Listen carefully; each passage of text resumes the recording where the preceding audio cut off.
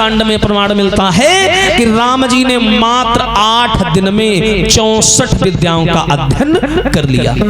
एक दिन में 8 विद्याओं का अध्ययन किया तो 8 गुणे 8 बराबर 64 विद्याओं का अध्ययन कर लिया। हाँ, राम जी ने। इसीलिए तुलसीदास, और रामायण बाद में लिखी गई, तुलसी कृत रामायण वाल्मीकि पहले लिखी गई। इसीलिए तुलसीदास ने लिखा कि अल्प काल विद्या सब पाई। और विद्या पाने के बाद में राम जी वहीं गुरु सेवा में रहने लगे और धनुष विद्या सीखने लगे। बोलिए रामचंद्र भगवान की। अब आगे क्या हुआ सुनेंगे, एक बार मिलकर के सभी भक्त एक ताली बजा के भगवान का संकीर्तन बोलेंगे। उसके बाद देखते हैं आगे की चर्चा।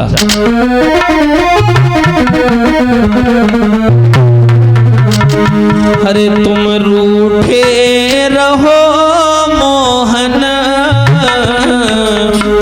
हम तुमको मना लेंगे। तुम रूठे रहो मोहन, हम तुमको मना लेंगे।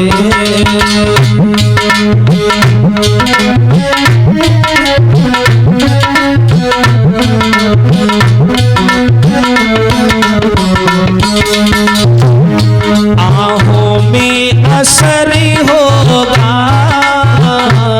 घर बैठे बुला लेंगे। आहों में असर होगा, घर बैठे बुला लेंगे। हरि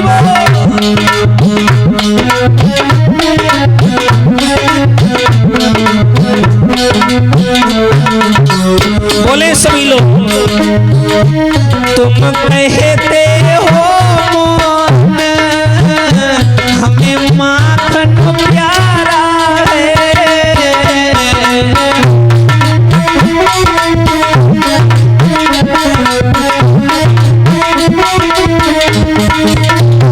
तुम कहते हो मोहन, हमें माखन प्यारा है।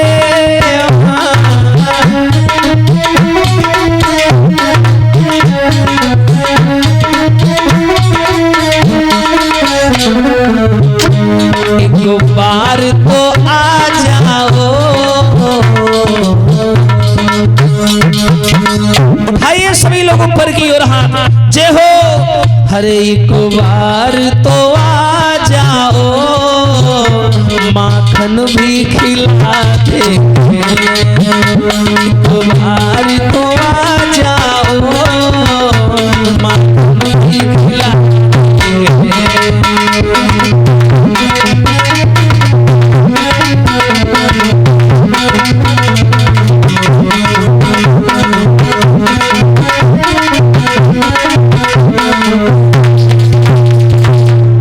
और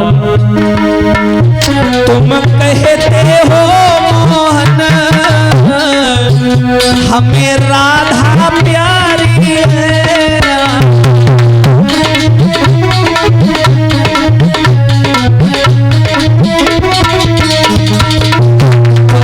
कहते हो मोहन, हमें राधा प्यारी है।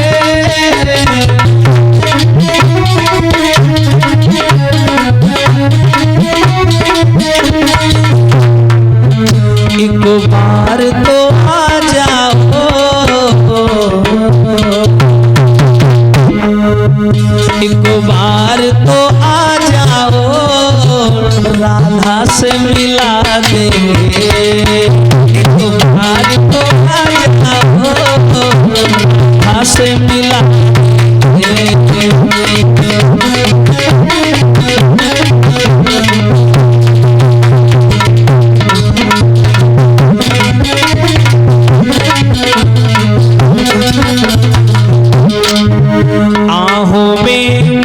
आहों में असर होगा, घर बैठे बुला लेंगे। आहों में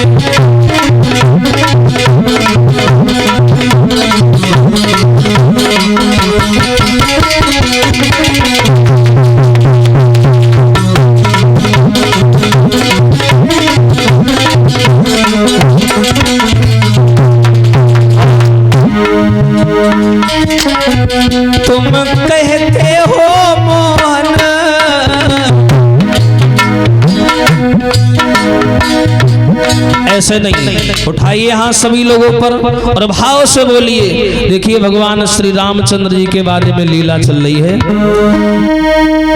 तुम कहते हो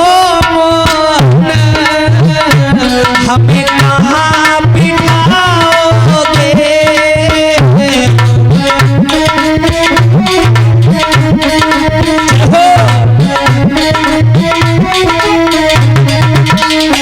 तुम कहते हो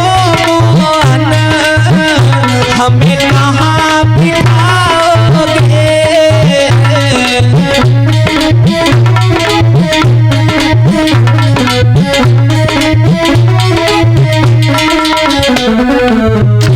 एक बार तो आ जाओ, एक बार तो आ जाओ, पलकों में बिठा लेंगे, एक बार तो आ जाओ, पलकों में बिठा लेंगे। हरि बोल।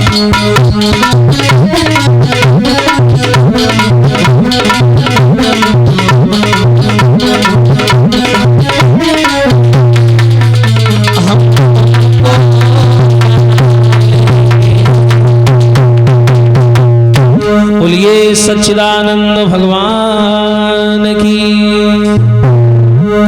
श्री सुखदेव जी महाराज इशारा करते हैं, हे राजन परीक्षित, भगवान श्री रामचंद्र जो है ना वो रहने लगे, कहाँ रहने लगे? गुरु जी की सेवा में। और जब गुरु जी की सेवा में राम जी रहने लगे माताओं, तो कोई खास लीला नहीं कर रहे हैं। समय मिलता है राम जी अयोध्या आ जाते हैं, और फिर जब समय मिलता है तो गुरु जी की सेवा में वशिष्ठ जी के पास चले जाते हैं। आइए लेकर के चलते हैं आपको आजमगढ़। तुलसीदास जी ने बताया कि आजमगढ़ में रहते हैं गाध के पुत्र विश्वामित्र। ध्यान से सुनना, ये जो विश्वामित्र है इनकी पत्नी का नाम था मेनका। ये जो इंद्र की अप्सरा है, इंद्र की अप्सरा, बताते हैं जब विश्वामित्र और मेनका का संयोग हुआ तो इससे एक शकुंतला नाम की बिटिया पैदा हुई, जिसका विवाह दुष्यंत के साथ हुआ, और उसी दुष्यंत के द्वारा एक भरत नाम का पुत्र पैदा हुआ शकुंतला के गर्भ से, जिसकी वजह से हमारे इस आर्यावर्त देश का नाम भारत रखा गया। अब देखिए विश्वामित्र गाध के पुत्र हैं, ब्राह्मण हैं और रहते हैं आजमगढ़ में। लेकिन रावण का उस समय आतंक था, तो कोई भी संत साधु पाठ पूजा हवन नहीं कर पाता था। तो विश्वामित्र ने सोचा मैं क्या करूं, बड़ा परेशान हूं, कुछ समझ नहीं आ रहा। तो गाधि तनय मन और चिंता व्यापी, और हरि बिनु मरहि न निशिचर पापी, हो तब मुनि बर मन कीध विचारा, ओ हरि अवतरे हरनि मही भार।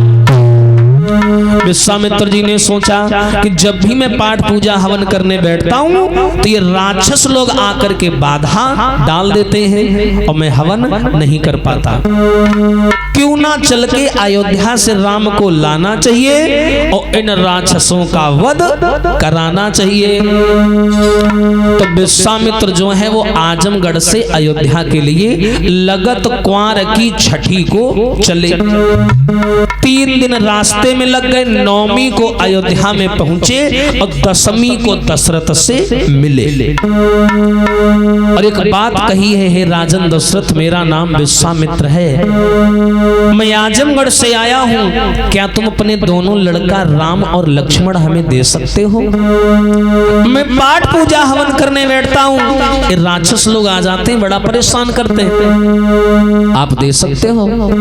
है जैसे राम को मांगा ना तो दशरथ की आंखों में आंसू आ गए। बोले बाबा जी कैसी बातें कर रहे हो, आप किसी बाप से उसके बेटों को मांग रहे हो? कोई पिता अपने बच्चों को भला कैसे दे सकता है? हाँ मैं तो नहीं दे पाऊंगा। बोले क्यों? अरे सब सुत प्रिय मोहि प्राण की नाई, और राम देत नहीं बनत गुसाई। सारे बेटा मुझे प्राणों से प्यारे हैं, लेकिन मैं अपने राम को नहीं दे सकता। अगर राम को दे दूंगा तो मैं कैसे रहूंगा? बिना राम के गुरुवर हरि कैसे जिएंगे हम, बिना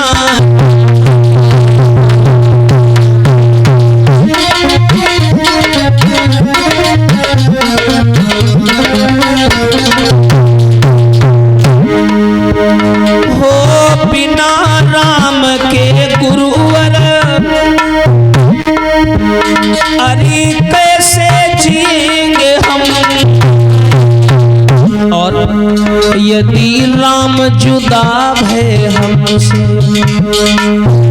यदि राम जुदा भय हमसे, हरि रो रो मरेंगे हम, राम जुदा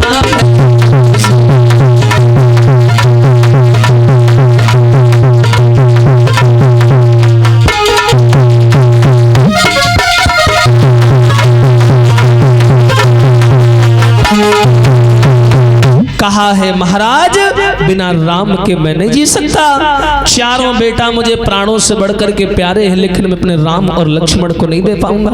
वहीं पर खड़े हैं वशिष्ठ महाराज। बोले दशरथ ये क्या कर रहे हो? बोले कुछ नहीं है, कोई विश्वामित्र है मेरे बच्चों को मांग रहे हैं, मैं क्यों दूं? तुम्हें पता है दशरथ ये कौन ब्राह्मण है? वशिष्ठ ने कहा। दशरथ बोले कोई भी हो, भला मैं अपने बेटा कैसे दे दूंगा? वशिष्ठ ने कहा ज्यादा दिमाग खराब ना हो, ठीक कर लो दिमाग। ये कोई साधारण संत नहीं है। बोले हैं कौन? बोले ये हैं आजमगढ़ के रहने वाले, नाम है इनका विश्वामित्र। और ये कोई ऐसे वैसे ब्राह्मण नहीं है, इन्होंने तुम्हारे पूर्वज राजा हरिश्चंद्र से काशी की गलियों में झाड़ू लगवा ली थी, याद रखना। ये कोई ऐसे वैसे साधु नहीं है। और दूसरी बात, ये जो राम जी हैं ये साधारण पुरुष नहीं है, और तुम्हारे घर में खेलने कूदने नहीं आए हैं। मेरा इतना कहना मानो और श्री राम लखन को जाने दो, वर को नाटक रचने दो, और भूतल का भार हटाने दो। राम जी तुम्हारे घर में खेलने कूदने नहीं आए हैं, भूतल का भार हरण करने के लिए आए हैं, इसलिए उनको जाने दो, रोको नहीं। हाय जब गुरु जी ने कह दिया तो दशरथ मजबूर हो गए। बोले ठीक है राम लक्ष्मण तुम जाओ और गुरु की सेवा करना, और बेटा जीवन में कोई ऐसा कार्य मत कर देना जिसकी वजह से तुम्हें समाज में झुकना पड़े, जाओ। अब ये 9वीं को मिले, 10वीं को मिले, दशरथ से आ गई एकादशी 11 तारीख। और एकादशी को संतों में ब्राह्मणों में एक नियम होता है, कहीं भी जाना अवैध माना जाता है, वर्जित माना जाता है। आइए अब एकादशी का नाम आ गया है तो जरा ध्यान देना कि एकादशी को कौन से काम करने चाहिए और कौन से काम नहीं करने चाहिए। आइए थोड़ा इस पर विचार करते हैं। जिस समय भगवान कन्हैया ने अर्जुन को महाभारत में गीता का ज्ञान दिया तो वैसे हनुमान जी को, लेकिन अर्जुन को बोला जाता है, तो उस समय ये बात बताई थी क्या?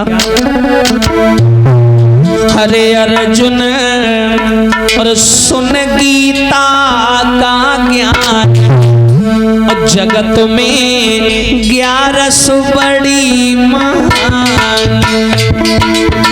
लला अरे अर्जुन सुन गीता का, जगत में 11 बड़ी।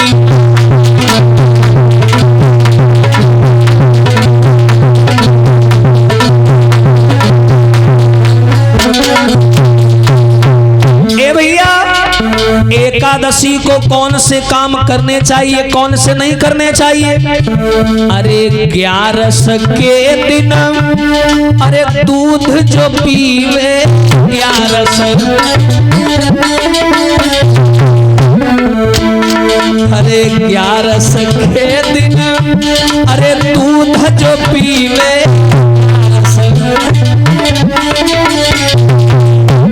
हाँ भैया जो 11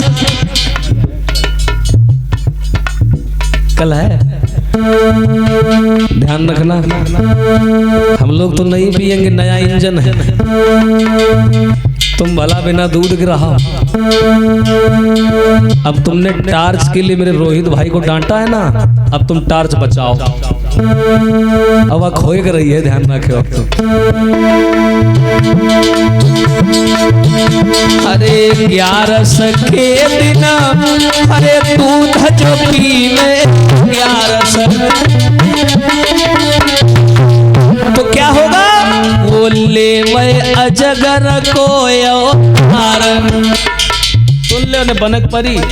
वो ले मैं अजगर को यार, जगत में 11 बड़ी मां।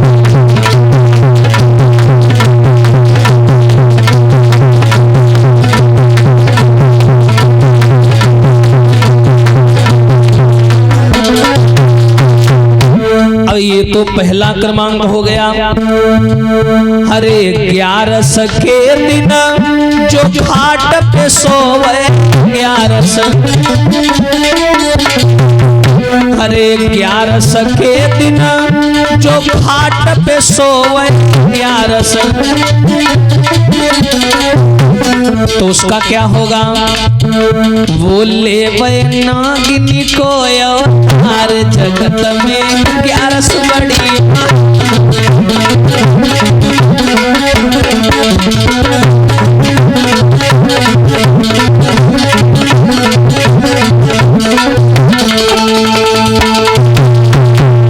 जो भैया विश्वामित्र एकादशी को रुके और रुकने के बाद में द्वादशी को अयोध्या से आजमगढ़ की ओर राम लेकर के चले। अच्छा, विश्वामित्र बड़े चालाक। विश्वामित्र ने सोचा कि क्षत्रिय वंश के 2 राजकुमार राम और लक्ष्मण मेरे साथ में हैं, है ना? ऐसा करते हैं, राम जी को लेकर के ऐसे रास्ते से चलते हैं जहां सबसे ज्यादा राक्षस रहते हो। और जब राम जी को हम लेके जाएंगे और कोई राक्षस अगर राम को परेशान करेगा तो राम जी उसे तुरंत वहीं मार देंगे। हम तो मारे नहीं पाएंगे कोई कहीं, हाँ राम ही लक्ष्मण मार सकते हैं। तो ऐसा करो, इनको लेकर के चलो।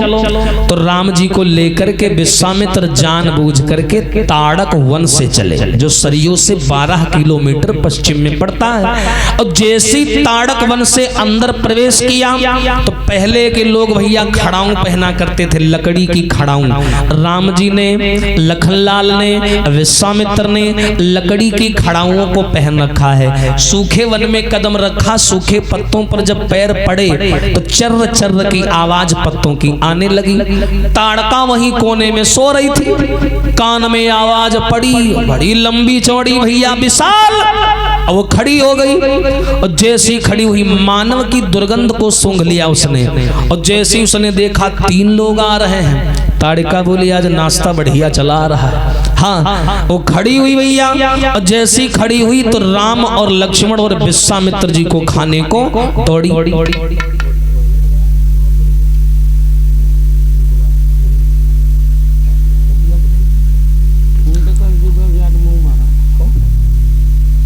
चिमटा बजा दे।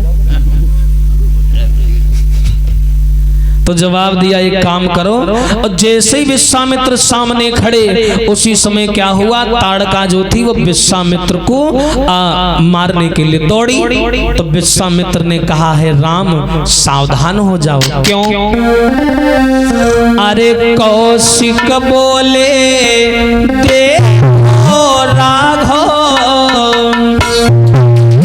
पापिनी ताड़िका आए रही है।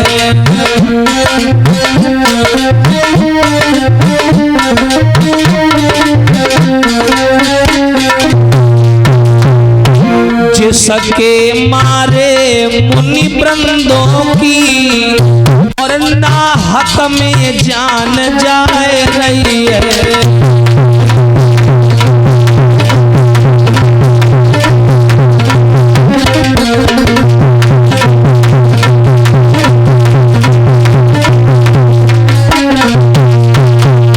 जो ताड़का विश्वामित्र को खाने दौड़ी। विश्वामित्र बोले बेटा राम, ये ताड़का आ रही है और इसने ना जाने कितने संत ऋषि ब्राह्मणों को जिंदा मार करके उनके मांस कर लिया। इसलिए राम, इसलिए ना देर करो राघव, धनुआ धारण असुरारी करो। एक ही बाण से हे राघव इस पापिन का संहार करो, मार दो इसे। राम जी बोले गुरुजी एक बात बताओ। हाँ पूछो। तुम हमें अपनी सेवा करवाने के लिए लाए हो या ये मर्डर वर्डर करावे खातिर लाए हो? ये बताओ। ये उल्टा सीधा काम करवाने तो मैं नहीं रुकूंगा तुम्हारे पास, मुझे भेज दो। राम जी बोले, विश्वामित्र बोले क्यों? अरे क्यों क्या? अरे हम मर्यादा पुरुषोत्तम हैं, हमारे वंश में नारियों का सम्मान किया जाता है, उन पर हाथ नहीं उठाया जाता है। एक तो ये बेचारी नारी है, ऊपर से अबला है, और हम क्षत्रिय लोग अबलाओं पर हाथ नहीं उठाते। विश्वामित्र बोले अबला या अबला, पता नहीं कतरने कर तबला बजा चुकी है, तुमका अबला लग रही, पता नहीं कितने लोगों को मार के खा गई और तुम्हें अबला लग रही है। ये मेरा आदेश है, मैं तुम्हारा गुरु हूं, इसी समय मारो ताड़का को। राम जी ने मजबूरी में धनुष बाण उठाया। अच्छा, राम जी को पता है कि मुझे ताड़का को मारना पड़ेगा क्योंकि आदेश गुरु का है, लेकिन फिर भी ताड़का को मारने से पहले राम ने विरोध किया। क्यों विरोध किया? ताकि आने वाली समाज राम को गलत ना कहे। हाँ, अगर कहे तो बचाव भी हो सके कि राम ने तो विरोध किया था, जब गुरु नहीं माने तो मारना पड़ा। इसीलिए राम ने अपना बचाव किया। ऐसे ही वो पब्लिक के बीच में मर्यादा पुरुषोत्तम नहीं बन पाए। ध्यान रखना, बहुत नाम है प्रभु का दुनिया में। अब ताड़िका को मारा, और मारने के बाद में भगवान राम सीधे आजमगढ़ में पहुंच गए। आजमगढ़ में जब विश्वामित्र की कुटिया पे राम आए तो देखा कि हवन कुंड में घास जमी है। ऐसा लगता था जैसे बरसों से यहाँ ना पाठ हुई है, ना पूजा, ना हवन, कुछ हुआ ही नहीं है। राम जी बोले गुरुजी तुम हवन नहीं करते? विश्वामित्र बोले बेटा इसीलिए तो तुमको लाए हैं। हम हवन करने बैठते हैं, रावण के चेला चापड़ आ जाते हैं, परेशान करते हैं, चेला चापड़ सब हमारे भाग जाते हैं। राम जी बोले गुरुजी घबराओ नहीं, अब तुम अपनी पूरी ब्राह्मण मंडली को बुलाओ और यज्ञ करो, मैं देखता हूं कौन आता है यज्ञ में बाधा डालने, तुम परेशान ना हो। विश्वामित्र ने ब्राह्मण मंडली को बुलाया, हवन शुरू हुआ। एक तरफ राम खड़े हो गए धनुष बाण लेकर, और दूसरी तरफ लखनलाल खड़े हो गए। हवन होने लगा। जैसे ही ब्राह्मणों ने पहली आहुति हवन में डाली और स्वाहा शब्द कहा, और रावण के जितने भी भैया राक्षस थे वो झाड़ियों में छिपे थे, और ले लेकर के तलवार, बर्छी, धनुष बाण कूद पड़े। जैसे ही झाड़ियों से राक्षस निकल करके आने लगे तो राम ने लक्ष्मण को इशारा किया, लक्ष्मण शुरू हो जाओ। लक्ष्मण ने भी धनुष बाण उठाया और सब लोग मिलकर के दोनों भाई राक्षसों का विनाश करने लगे। जैसे वसंत के मौसम में वृक्षों से पत्ते गिरा करते हैं, उसी प्रकार राम के एक बाणों से हजारों के राक्षस टूट टूट कर जमीन पर गिरने लगे। दो राक्षस बड़े मजबूत, मारीच और सुबाहु। रावण का मामा आ गया, मारीच मामा मामा हमारे संगे को रहते हैं मामा। हाँ, अब मामा का नाम आया है तो कहेंगे जरूर। देखो बुरा ना मानना अगर कोई मामा बैठा हो, देखो ये वाकई में खतरनाक होते हैं। भागवत उठा लो, भागवत में भी एक मामा हुआ था, कंस मामा। हाँ, रामायण में भी, अभी देखो मैं नाम भी ले रहा हूं उसका, मारीच मामा। आल्हा में भी एक मामा हुआ था, कौन, क्या नाम था उसका, मामा माहिल। महाभारत में भी एक मामा हुआ था, शकुनी। सत्यानाश करवा दिया सब। अब भैया इस कलयुग में भी मामा कहाँ ख्यात नहीं है। गेहूं संगम जय मामा। तुम कितनी खाद डारो, कितनी जिंक डारो, पता चले भांजे जमीन पर मामा ठाड़ सीधे। मामा पे ऊपर कोई फर्क नहीं पड़ रहा, तुम कुछ भी करो। हाँ, मामा बड़ा खतरनाक। फांसी ले छठे दिन तो वैसा तुमका मरेगा। हाँ वही किया, मारीच आ गया, सुबाहु आ गया। राम ने क्या किया, अपने बाण से सुबाहु को मार दिया। और राम ने देखा कि मैंने सुबाहु को मारा है, और लक्ष्मण ने क्या किया, मारीच के ऊपर निशाना बनाना शुरू कर दिया। अभी मारा नहीं है, केवल निशाना बनाया। और जो मारने चले तुरंत राम आए और धनुष रोक लिया। ए लखनलाल रुको। लक्ष्मण बोले क्यों, क्या हुआ? राम बोले क्या कर रहे हो? लक्ष्मण बोले कुछ नहीं, मारीच को मार रहा हूं। ना उसे मत मारना। काहे? नातेदार है का? और नातेदार नहीं है लेकिन उसे मारना नहीं। क्यों ना मारे? तो राम जी कहते हैं क्या, अरे जो मारीच अहियनु मरी जई है, तो सोने को ही रण कौन बनियई है। जो मारीच अहियनु मरी जई है, सोने को ही रण कौन बनियई है। जो मारीच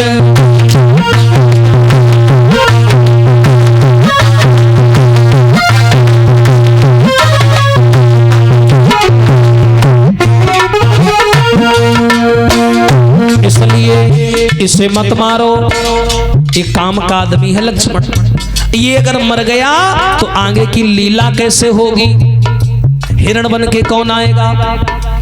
लखन बोले अगर इसे मारेंगे नहीं, छोड़ देंगे तो गुरुजी शंका करेंगे, कहेंगे राम और लक्ष्मण राक्षसों से मिले हुए हैं, अब क्या करें। राम जी बोले परेशान ना हो, इसका इलाज मेरे पास है। राम ने क्या किया, बिना नोक वाला बाण निकाला, बिना नोक वाला।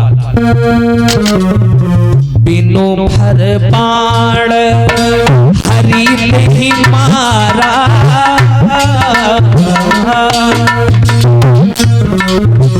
बिनो भर बाण हरि नहीं मारा, सतयोजन का सागर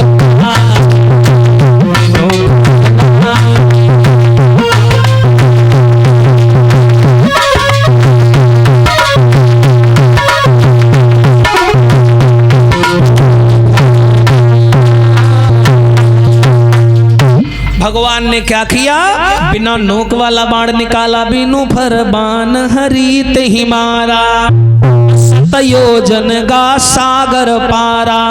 बिना नोक वाला बाण राम ने निकाला और जब मारीच के खींच करके मारा, मारीच 7 योजन सागर पार जाकर के गिरा।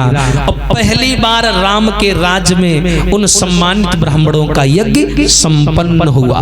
ब्राह्मण जाति बड़ा प्रसन्न हुई। विश्वामित्र बोले राम, आज पहली बार क्षत्रियों की निगरानी में हम लोग सुखी हैं, और पहली बार ऐसा लगा कि धर्म की रक्षा करने वाले तुम जैसे क्षत्रियों की वजह से आज भी ये धर्म सलामत है। लेकिन लक्ष्मण को ये मार काट पसंद नहीं थी। लक्ष्मण आए, बोले गुरुजी यूं बताओ, तुम्हारा यज्ञ तो हो गया, अब छुट्टी दो, हम घरे जाए। हाँ।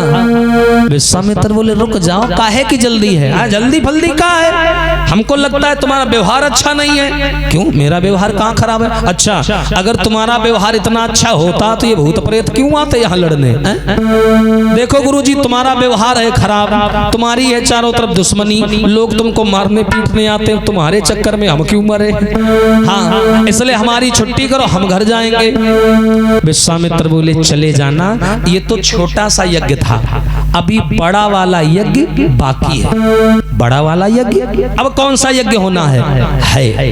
एक यज्ञ बाकी है, वही तो मुख्य यज्ञ है, और जब तक वो पूरा नहीं होगा तब तक तुम दोनों भाइयों को मैं यहाँ से जाने नहीं दूंगा। अरे नाम तो बताओ कौन सा यज्ञ?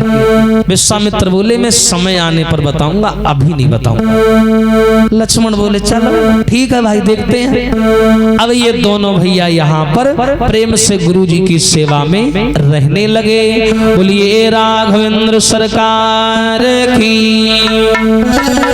आइए बोलेंगे कि रस से भरोरी राधा रानी लागे, रानी लागे, और मन खारो खारो यमुना जी को पानी लागे। बोलिए सभी लोग, अब कीर्तन बहुत जरूरी है। पता है क्यों भैया? यहाँ मंच पर बोलना और 3-3 4-4 घंटे गायकी करना कोई मजाक नहीं। आते पाते खिंच जाती हैं सब।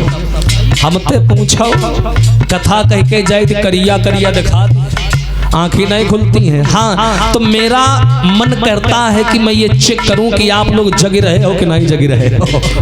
पता चले हम तो चिल्ला रहे हो, तुम सावन पड़े हो तो क्या फायदा है ना। इसलिए मेरा ये धर्म है। बोलिए सभी लोग, मीठे रस से भरी ओरी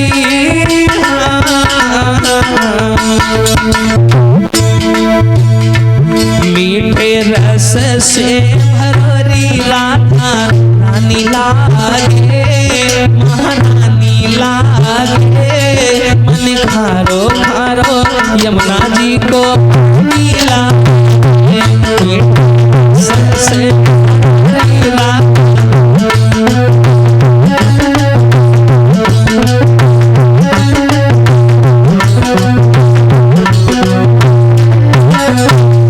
और हो राधा रानी कारी गोरी यमुना कारी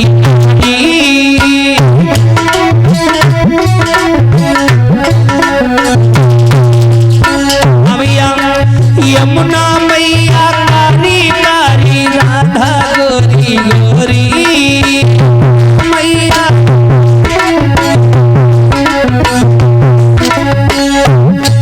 हो वृंदावन में धूम मचा के बरसाने की छोरी,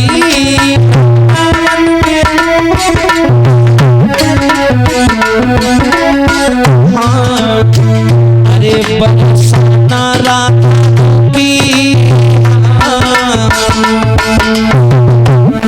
बरसाना राधा जू की रज नीला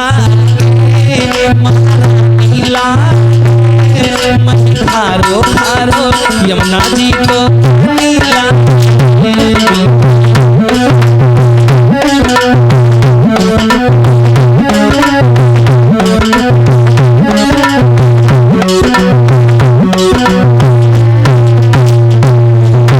रस से भरोरी राधा रानी लागे, महारानी लागे, मन खारो खारो यमुना जी को नीला लागे।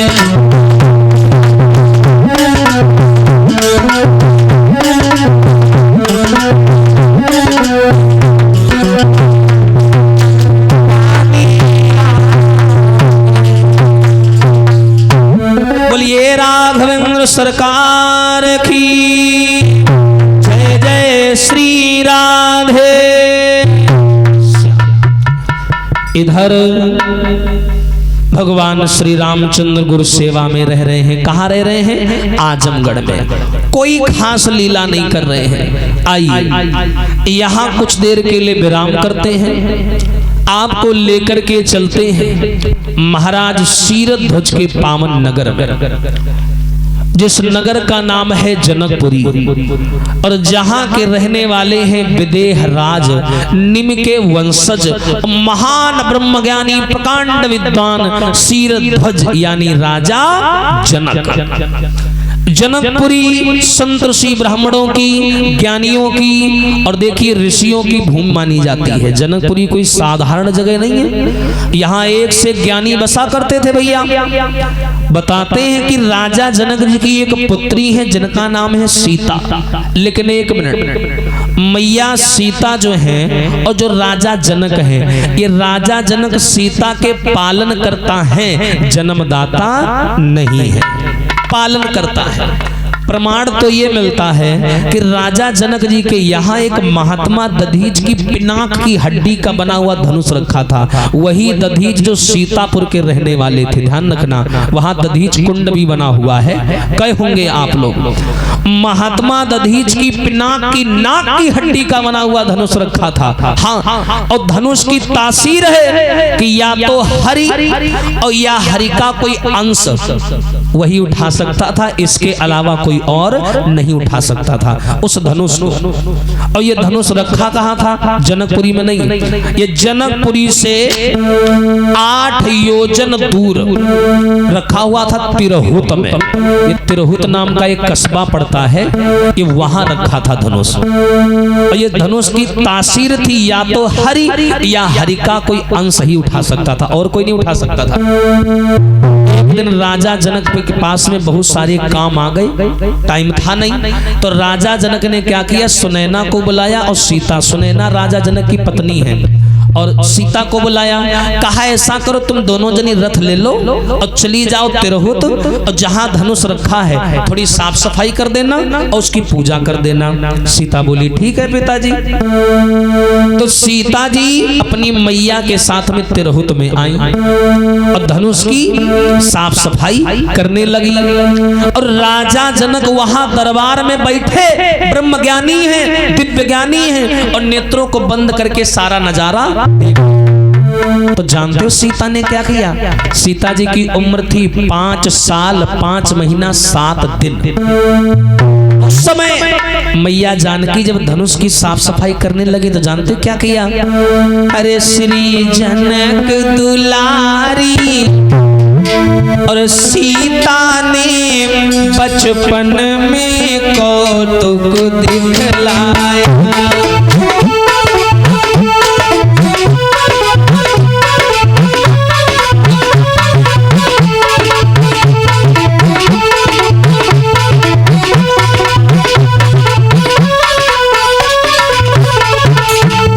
ए भैया, श्री जनक दुलारी सीता ने बचपन में कौतुक दिखलाया। क्या किया? और श्री शंकर जी का महाधनुष एक ही हाथ से उठा लिया।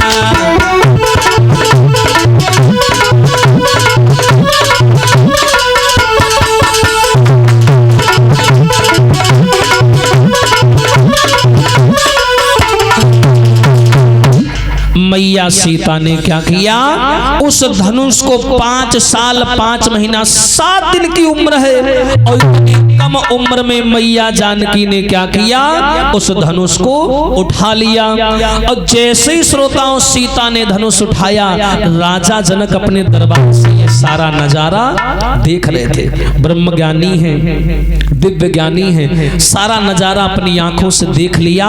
और राजा जनक को चिंता हो गई, अरे राम राम, सीता ने धनुष को उठा लिया, जबकि संत और ब्राह्मण लोग हमारे यहाँ के कहते हैं कि इस धनुष को या तो हरि या हरि का कोई अंश ही उठा सकता है, अंश, और कोई नहीं उठा सकता। और बताओ सीता ने उठा लिया, इसका मतलब है कि सीता कोई साधारण कन्या नहीं है। अब तो जनक को चिंता होने लगी कि अब मैं क्या करूं? सीता के घर में आगे चल के शादी करूंगा तो लड़का ऐसा होना चाहिए जो सीता जी से बल में अधिक हो, 2 गुना हो।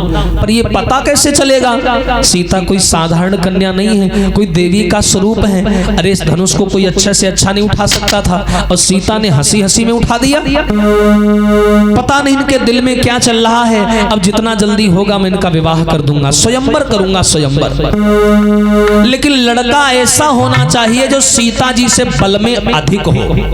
पर पता कैसे चलेगा कि जो लड़का है ये सीता जी से ताकत में 2 गुना है?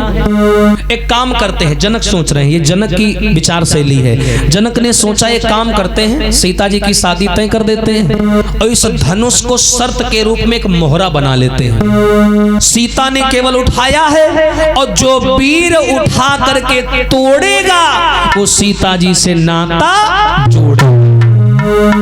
जनक ने सोचा एक काम करते यही कर देते हैं। सीता ने तो उठाया है, अगर कोई उठाकर तोड़ देगा तो समझ जाओ कि वो सीता जी से ताकत में दोगुना है। हमारी लाज भी रह जाएगी और सीता जी की इच्छा भी पूर्ण हो जाएगी। तो राजा जनक ने भरे दरबार में कह दिया और सबको पत्र लिखना शुरू कर दिया।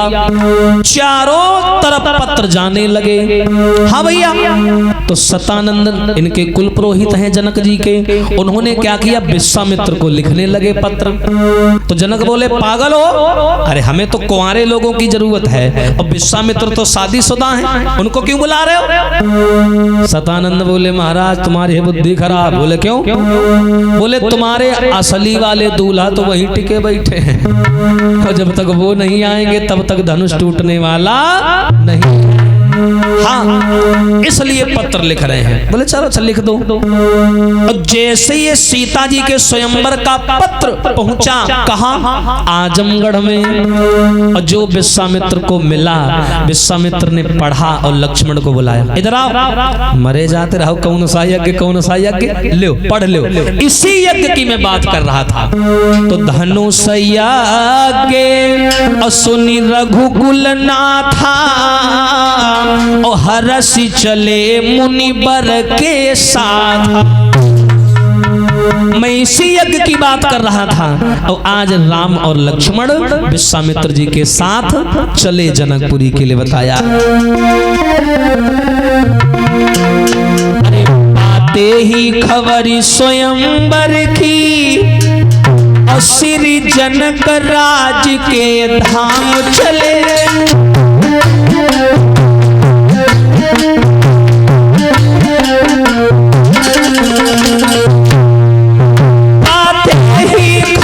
स्वयंवर में और श्री जनक राज के धाम चले। और कुंवर शुक्ला द्वादश को गुरु के संग में श्री राम चले।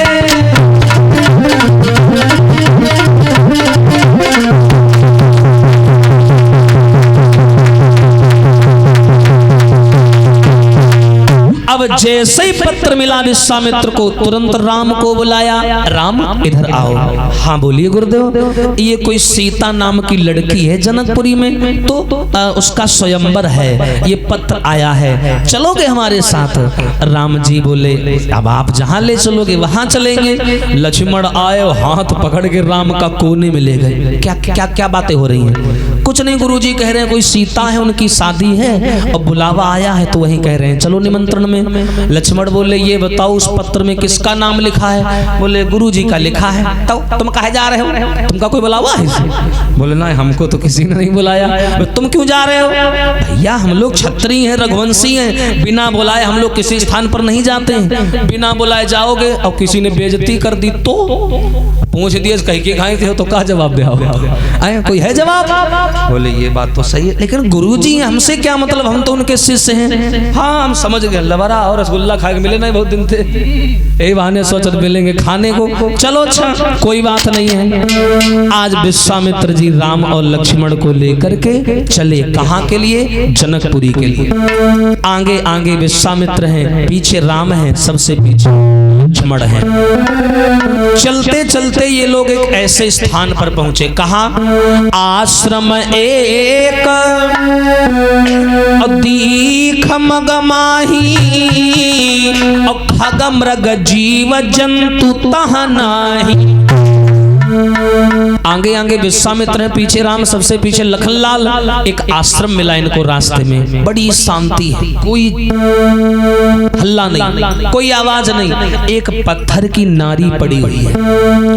राम जी बार बार उस पत्थर की शिला की ओर देखते हैं और बार बार सोचते हैं, होठों पर उंगली फिराते हैं, कहते हैं गुरुजी इसको देख करके कुछ आश्चर्यचकित हो रहा हूं मैं। ऐसा लगता है जैसे अध्यात्म है। अध्यात्म का मतलब होता है है, कोई पुरानी बात जुड़ी है। ये है क्या? विश्वामित्र बोले बेटा राम, ये बहुत पुरानी कहानी है, बहुत लंबी कहानी है, बैठो मैं आराम से सुनाता हूँ। राम जी बैठ गए। विश्वामित्र बोले बेटा राम, ये गौतम ऋषि की पत्नी है, ब्रह्मा जी की मानस पुत्री है, नाम है अहिल्या। अच्छा, तो ये पत्थर कैसे बन गई? क्या बताऊं बेटा राम, प्राचीन काल से नारी का शोषण होता चला आ रहा है। कुछ ऐसा ही हुआ था अहिल्या के साथ। इंद्र ने अहिल्या के पति का भेष बनाकर अहिल्या के साथ छल किया। बाद में पता चलने पर इनके असली पति ने इनको श्राप दे दिया। तब से ये बेचारी पत्थर बनी पड़ी है और दुखों को भोग रही है। हे राम, तुम जगत पावन हो, पतित पावन हो, तारनहार हो, इसलिए काम करो। क्या? इसलिए न देर करो राघव, इस कुलटा का उद्धार करो। तुम अपना पैर छुआ करके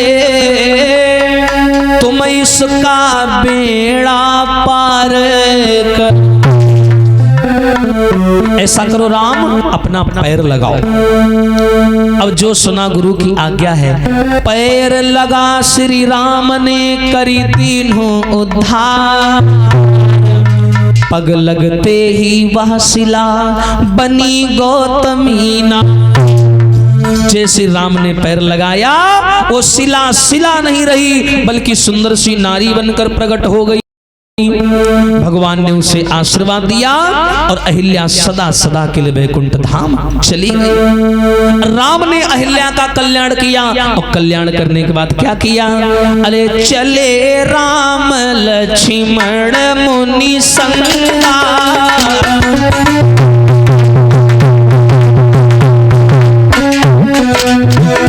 हो चले राम लक्ष्मण मुनि संगा, और गए जहां जग पावनी गंगा। गए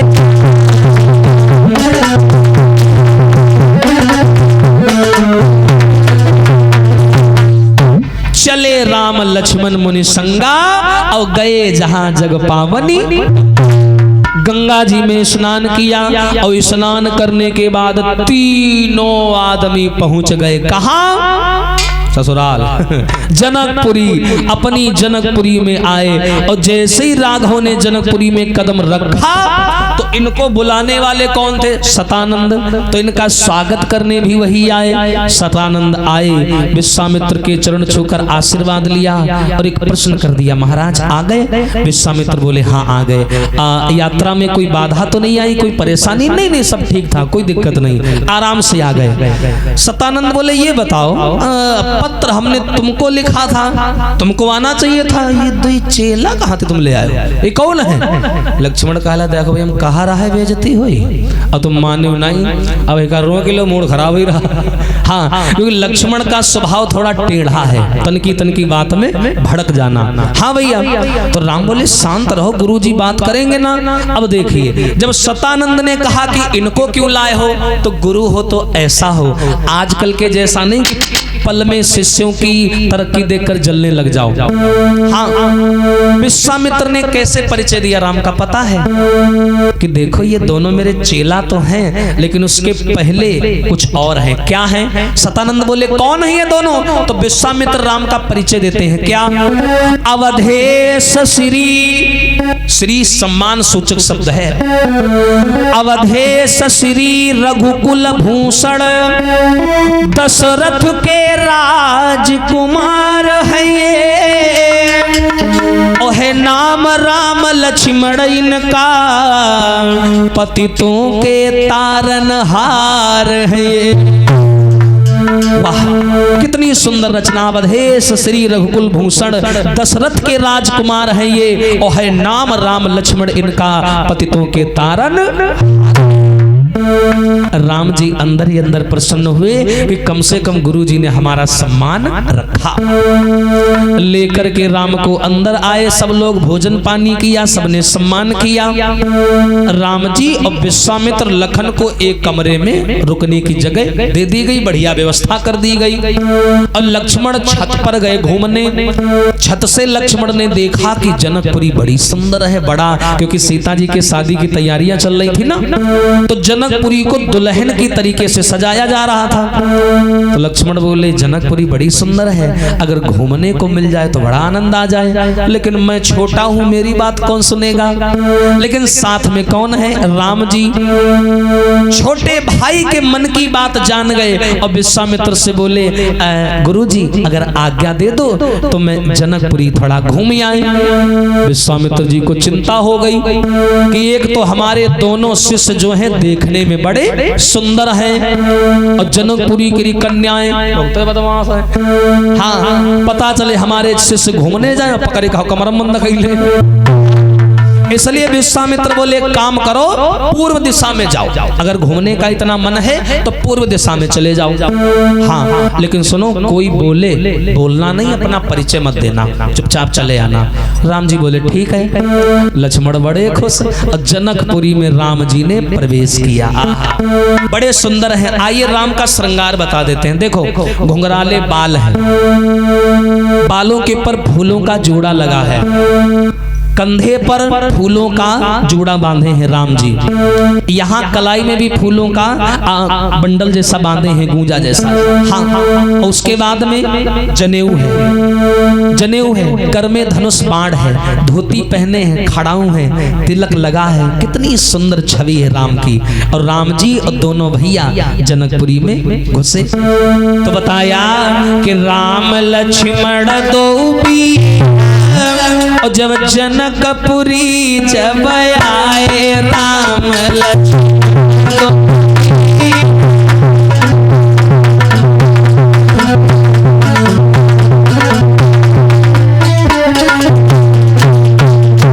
अब इस भजन के शब्दों को समझिएगा आप लोग। राम लक्ष्मण दो वीर जनकपुरी जब आए, जैसे ही राम जी जनकपुरी में घुसे, पूरे गांव के नर नारी बूढ़े जवान बच्चा सब राम को देखने के लिए भीड़ लगने लगी। अटरिया पेड़ बिरवा सब जाम, एक दूसरे को पल्लते लड़का हट रे हमका देखा दे, हट, एक दूसरे के ऊपर। इतने सुंदर भगवान राम लक्ष्मण दोनों भी जनकपुरी जब आए।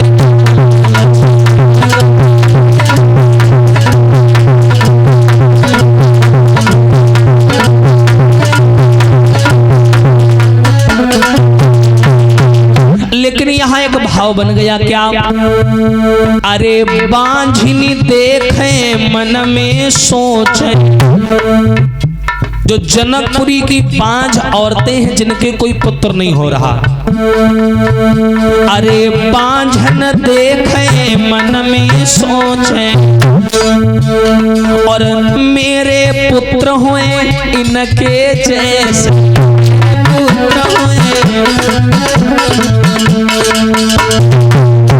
बांझन औरतें देखती है तो सोचती हैं भगवान कितने सुंदर लड़का है, अगर औलाद देना भगवान तो इन दोनों के जैसी देना। ऐसा भाव है लोगों का। खुले मेरी तकदीर जनकपुरी जब आए।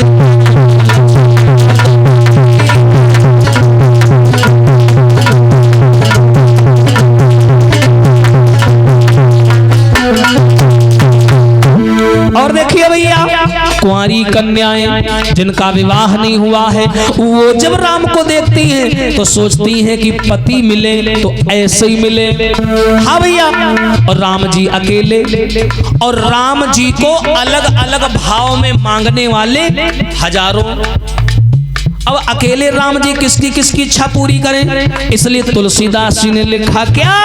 अरे जाकी रही भावना जैसी,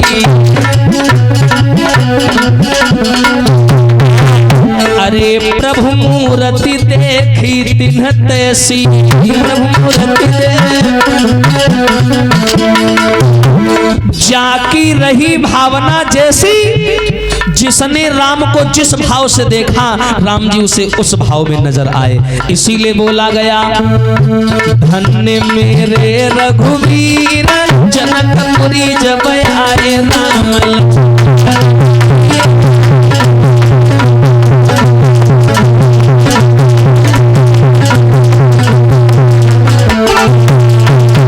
अब देखो राम जी पूरी जनकपुरी घूम करके आ गए घर में। कहा? कमरा पे, जहां रुकने को मिला था उनको।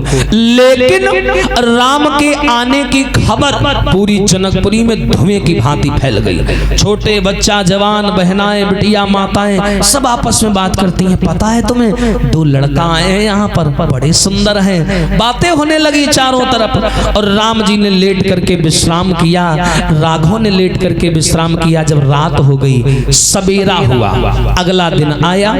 और जैसे ही अगला दिन आया तो विश्वामित्र ने राम से कहा कि राम एक काम करो। क्या? राजा जनक जी की पुष्प वाटिका में चले जाओ, फूल ले आओ। क्या ले आओ? पूजा के लिए फूल तोड़ लाओ। देखिए रामायण में केवल 2 वाटिकाओं का वर्णन आया है, एक अशोक वाटिका और एक पुष्प वाटिका। अशोक वाटिका श्रीलंका में है और पुष्प वाटिका अपने भारत में है। कहा जनक जी के बगीचे में चले जाओ और थोड़े फूल ले आओ। लेकिन विश्वामित्र ने पोल नहीं खोली। पोल खोली किसने बगीचे में भेजने की? तुलसीदास ने। तुलसीदास जी ने पोल खोल दी। कैसे पोल खोली? कि समय जानी गुरु आय सुपाई और लेन प्रसून चले 2 भाई। अब चौपाई का पहला शब्द क्या है? समय जानी। कौन सा समय जानी? विश्वामित्र को मालूम है कि सीता जी भी इतने समय आती है बगीचा में और इनको भेज दो पीछे थे। जब तक बनना बननी तो कहानी आगे कैसे बढ़ी? हाँ बोले इसीलिए इनको भेजो, जब ये एक दूसरे से मिलेंगे तो बात आगे बढ़ेगी। हाँ इसीलिए राम को भेजा, कहा जाओ। और राम जी चल दिए। कैसे जा रहे हैं? ताली बजा के बोले आरे चले हैं रघुराई और पहुँचे फूल बाग में जाई। चले रघुराई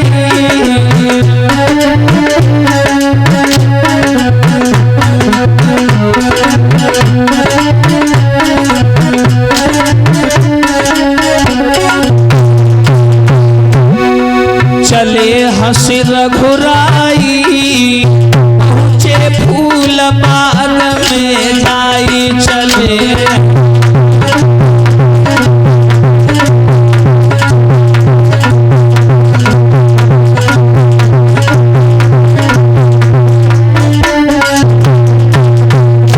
और देखिए अरे थी वो क्वार की पूर्णमासी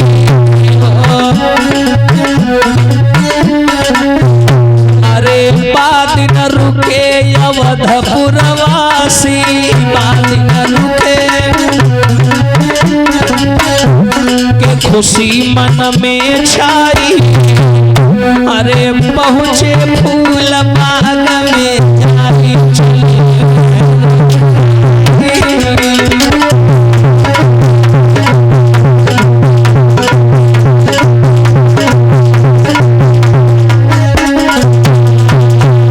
अब देखो जैसे ही भगवान राम चले, कहाँ? जनक जी के बगीचा में फूल तोड़ने।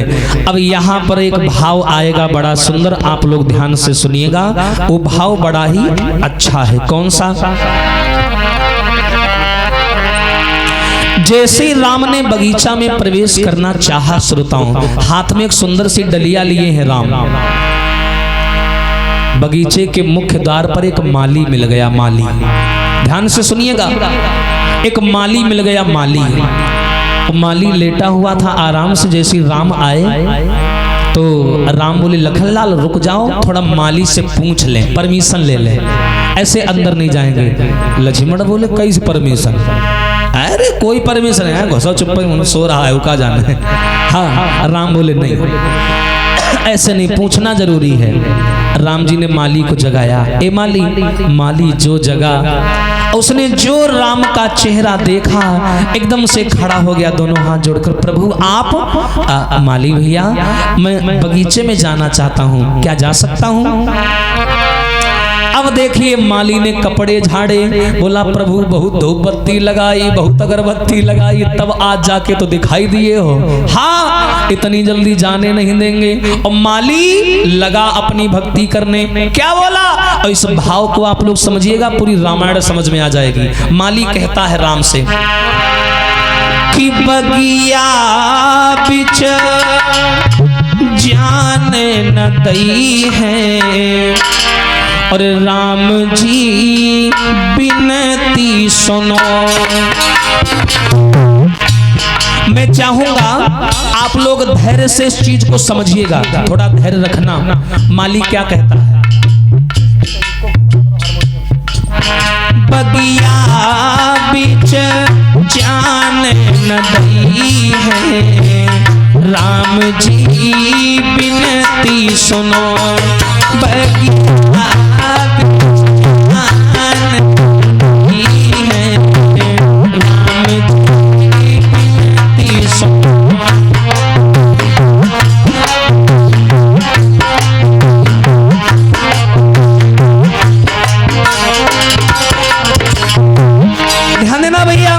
माली कहता है बगीचे में नहीं जाने दूंगा।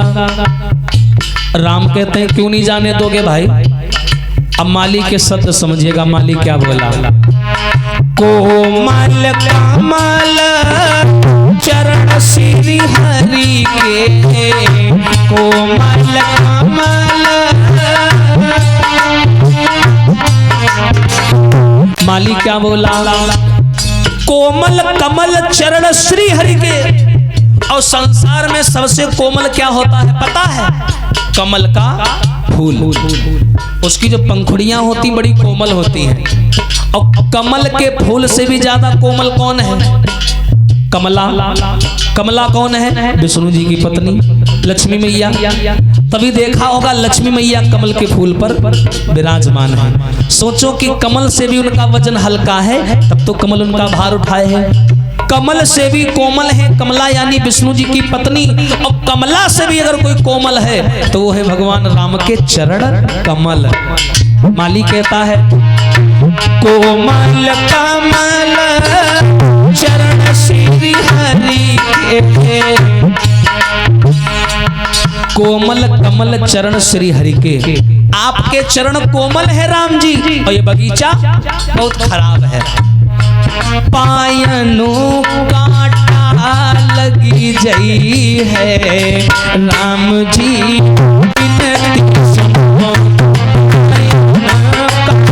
कांटा लगी जई है, राम जी बिनती सुनो।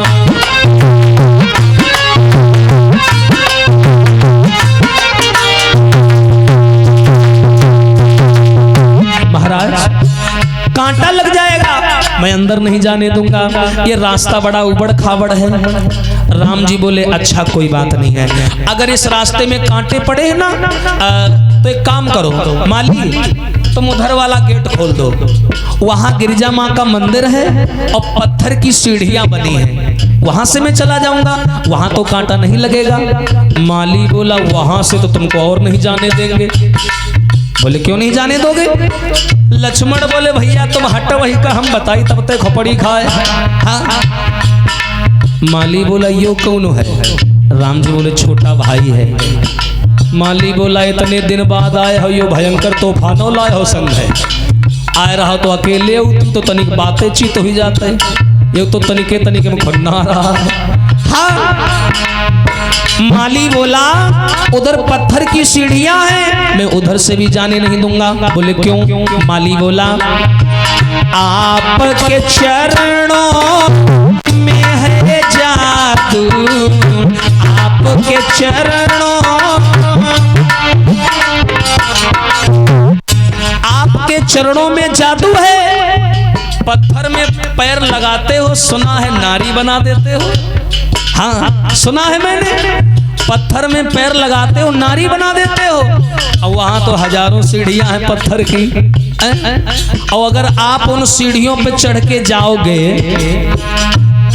तो सब नारी बनी गई है।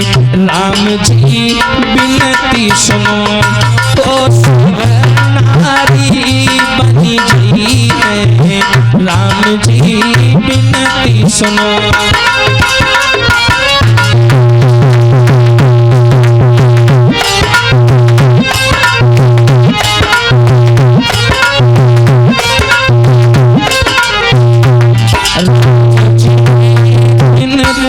सुनो।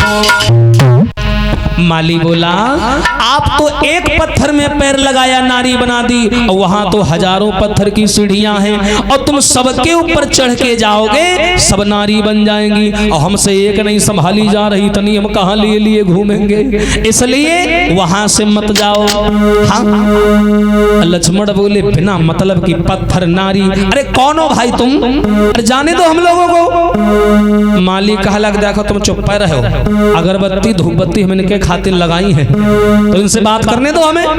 हाँ लक्ष्मण बोले भाई जाने दो, हमें जरूरी है थोड़ा। बोले तुमका जरूरी है, हमते ज्यादा जरूरी है। बुढ़ापा अगर राम राम जपते जपते आज फंसे हो। हाँ ऐसे जाने नहीं देंगे। राम जी ने नेत्रों से इशारा किया माली थोड़ा बात को समझो, मैं फिर कभी मुलाकात करूंगा, आज थोड़ा जल्दी में हूँ। माली बोला प्रभु जाओ, मना नहीं करेंगे, लेकिन अब की जब मिले हो अकेले आए वही कल ही के न आए हो। हाँ जो तीर ठाड़ है इसको लेके मत आना। हाँ राम जी बोले वो तो मेरा अंग है, जहां मैं जाऊंगा वहां वो जरूर जाए। हाँ अब देखो राम जी बगीचा में आए और आकर के फूलों को तोड़ तोड़ करके डलिया में डालने लगे। और संयोग देखो कितना बढ़िया, इधर राम जी बगीचा में फूल तोड़ रहे हैं और उधर वे सीता जी सहेलियों को लेकर के और फूल तोड़ने बगीचा में चली आई। बगीचा में डलिया लेकर के आई, फूल तोड़ तोड़ करके डलिया में डालने लगी। सीता जी की एक सहेली है, नाम है चंद्रकला, वो सीता जी से अलग हो गई, थोड़ा चंचल थी, बहुत चंचल। हाँ आंगनबाड़ी में पढ़ी रहा है। हाँ बड़ी चंचल थी, तो क्या हुआ वो सीता जी से अलग हो गई और ढूंढते ढूंढते दौड़ते दौड़ते ये वहां पहुंच गई जहां राघव फूलों का चयन कर रहे थे। और जैसे ही उसने राम को देखा तुरंत दौड़ करके सीता जी के पास आई और खड़ी हो गई। एक पेड़ था उसके पास खड़ी और ऐसे लिया कपड़ा ऐसे ऐसे करने लगी। हाँ तो सहेलियां बोली ये क्या कर रही हो, क्या हुआ? बोली है हमने देखा है। देखा है? किसको देखा है? वही जो आए थे गांव में। गांव में आए थे? कौन आए थे गांव में? वही क्या नाम है उनका? राम। हाँ वो छोटे वाले उनके लक्ष्मण, वो दोनों को मैंने देखा है बगीचे में फूल तोड़ रहे हैं। और जो उसने कहा राम के बारे में, तो एक उधर खड़ी थी कन्या, एक उधर, सब दौड़ के आई एक जगह खड़ी हो गई। हाय कहाँ कहाँ कहाँ देखा आपको बता? सब पूछने लगी, बोली कहाँ देखा कहाँ देखा? बोली तुम तो ऐसे कर गोविंदा हुआ है। हाँ कहाँ देखा? बोले देखा है। अरे बताओगी कहाँ देखा? तो देखिए वो कैसे बता रही है। अरे हम पर चलाई गयो टोना, अरे हम पर चलाई गयो टोना, किशोर गौर सांवरो सलोना, हम पर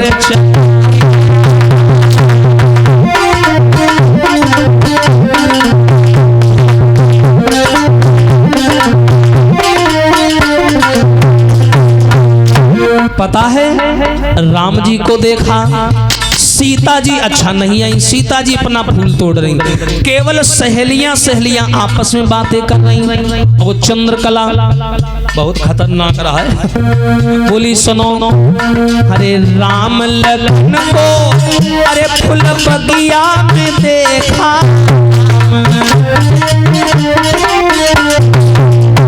मैंने राम लखन इनको देखा। क्या कर रहे थे? सुनो, अरे हाथन में लिए फूल तो, अरे हाथन में लिए फूल तो ना किशोर गौर सामरो सलवना,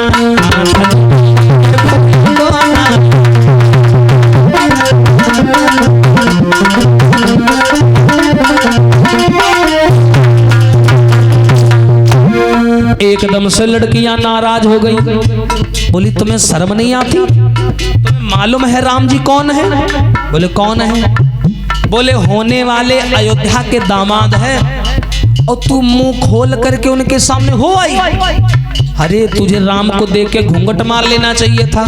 बोले हाँ हमने मान लिया था, हम कोई पागल थोड़ी ना है। बोले अच्छा कैसे मारा?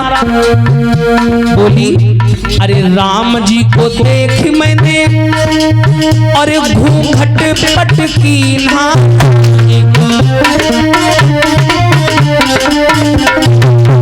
मैंने राम को देखा तो घूंघट मार लिया। घूंघट तो मार लिया लेकिन अरे हो गया जो कुछ था होना, अरे हो गया जो कुछ था किशोर गौर सामरो सलवना।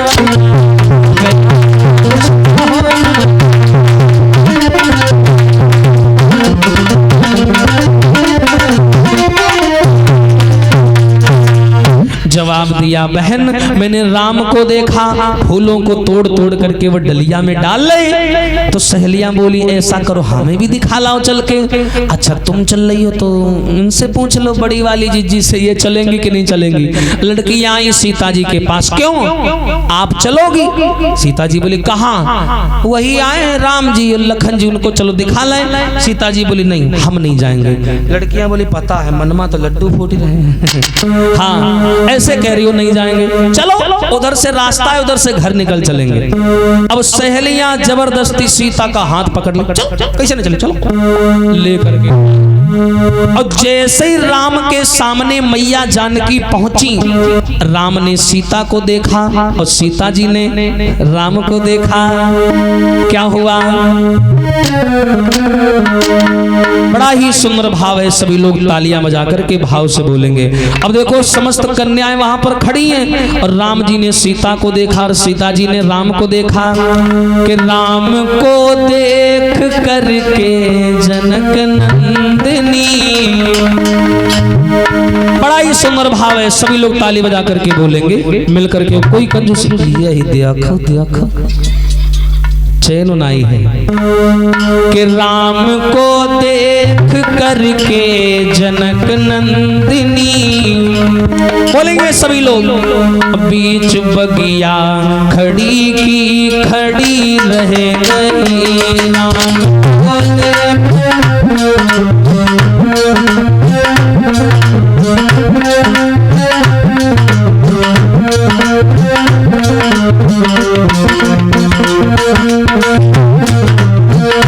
ऐसे नहीं, ताली बजाइए सभी भक्त एक दूसरे को देख रहे हैं। कैसे? राम देखे सिया और सिया राम को, राम देखे हाँ राम देखे सिया और सिया राम को, राम देखे चारों अखियां लड़ी की लड़ी रह गई, चारों अखियां लड़ी की लड़ी रह गई।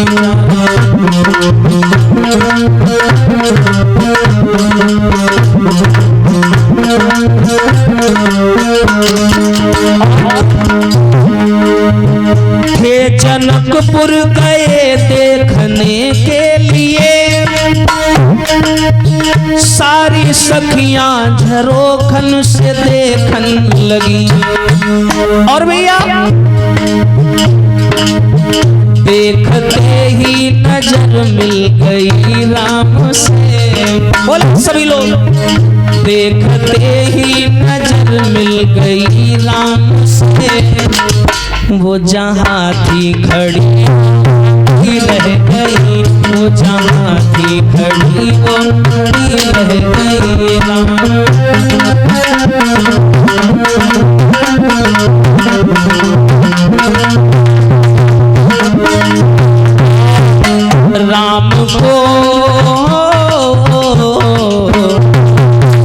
राम को देख करके जनक नंदनी,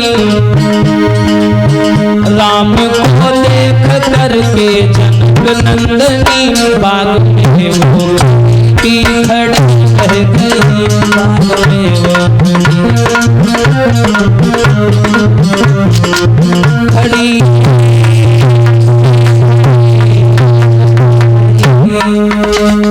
बंधी गए प्रेम की डोरी में, जब राम ने सीता को देखा, सीता ने राम को देखा, तो बंधी गए प्रेम की डोरी में, और चित चोर आप चित चोर हुए, और सीता की सूरत जब देखी, तो राघव के नयन चकोर हुए। लेकिन सीता जी ने रघुनंदन को, ध्यान देना भैया, अपने हृदय में बसा लिया, और रघुनंदन जी ने सीता को अपने नयनों में छुपा लिया, एक दूसरे को हृदय में बसा लिया। लेकिन लक्ष्मण परेशान, बोले ये क्या हो रहा। हाँ, तुरंत लक्ष्मण ने हिलाया भैया को पकड़ के, भैया कहाँ देख रहे हो। राम जी बोले ये कन्या कौन है जो सामने खड़ी है। तो लक्ष्मण ने बस यही कहा, भैया ये जनक दुलारी हैं, और जिनके कारण श्री मिथिला में स्वयंवर की तैयारी है। हाँ, इधर राम और लक्ष्मण फूल लेकर के घर लौट आए माताओं, लेकिन राम को देखने के बाद सीता जी बहुत शांत सी हो गई, बहुत शांत हो गई। और ऐसा अक्सर होता है, प्रेम में पड़ने के बाद में व्यक्ति का स्वभाव एक अलग ही अंदाज में दिखने शुरू हो जाता है। ऐसा स्वतंत्रता का जो अधिकार होता है वो छीन जैसा जाता है, मानो हम हैं यहाँ पर किसी और के इशारे पर चल रहे हों, ऐसा हो जाता है। मैया सीता वहां से लौट के घर नहीं आई, बड़ी शांत हो गई। हाँ, सहेलियां बगल में चल रही हो, सीता जी बिल्कुल शांत, हल्के से नेत्र खोल के रास्ता देख लेती, फिर नेत्रों को बंद कर लेती। अब आई, रास्ते में गिरिजा माँ का मंदिर मिल गया। सीता बोली मैं घर नहीं जाऊंगी, अब मैंने राम जी को पहली बार देखा है, और मैं अपनी ये बात हृदय की माँ गिरिजा को बताऊंगी। अंदर गई और माँ गिरिजा से निवेदन करने लगी, दोनों हाथ जोड़ के, क्या ओ बिनती मेरी श्री कार्य करो अम्बे मैया, अम्बे माँ और दुर्गे माँ, मेरी माँ शेरा वाली, तू भर दे झोली खाली, मेरी माँ शेरा वाली, तू भर दे झोली खाली। हो बिनती मेरी, बिनती मेरी, हाँ बिनती मेरी स्वीकार करो मैया, अम्बे दुर्गे मेरी माँ शेरा वाली, भरते झोली खाली, मेरी माँ शेरा वाली।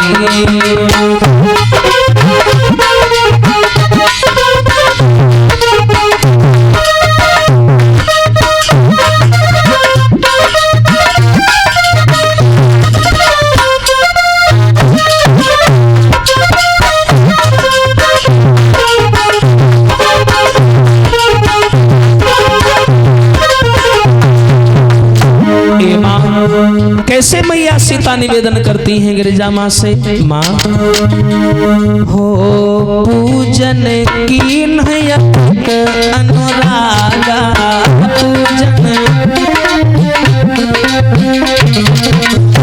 और निज अनुरूप सुभग बरु मांगा, निज हो मंगिया मेरी हमेशा सतियों का सत संवारती है। मंगिया मेरी भरवा देना अम्मे दुर्गे वाली भर दे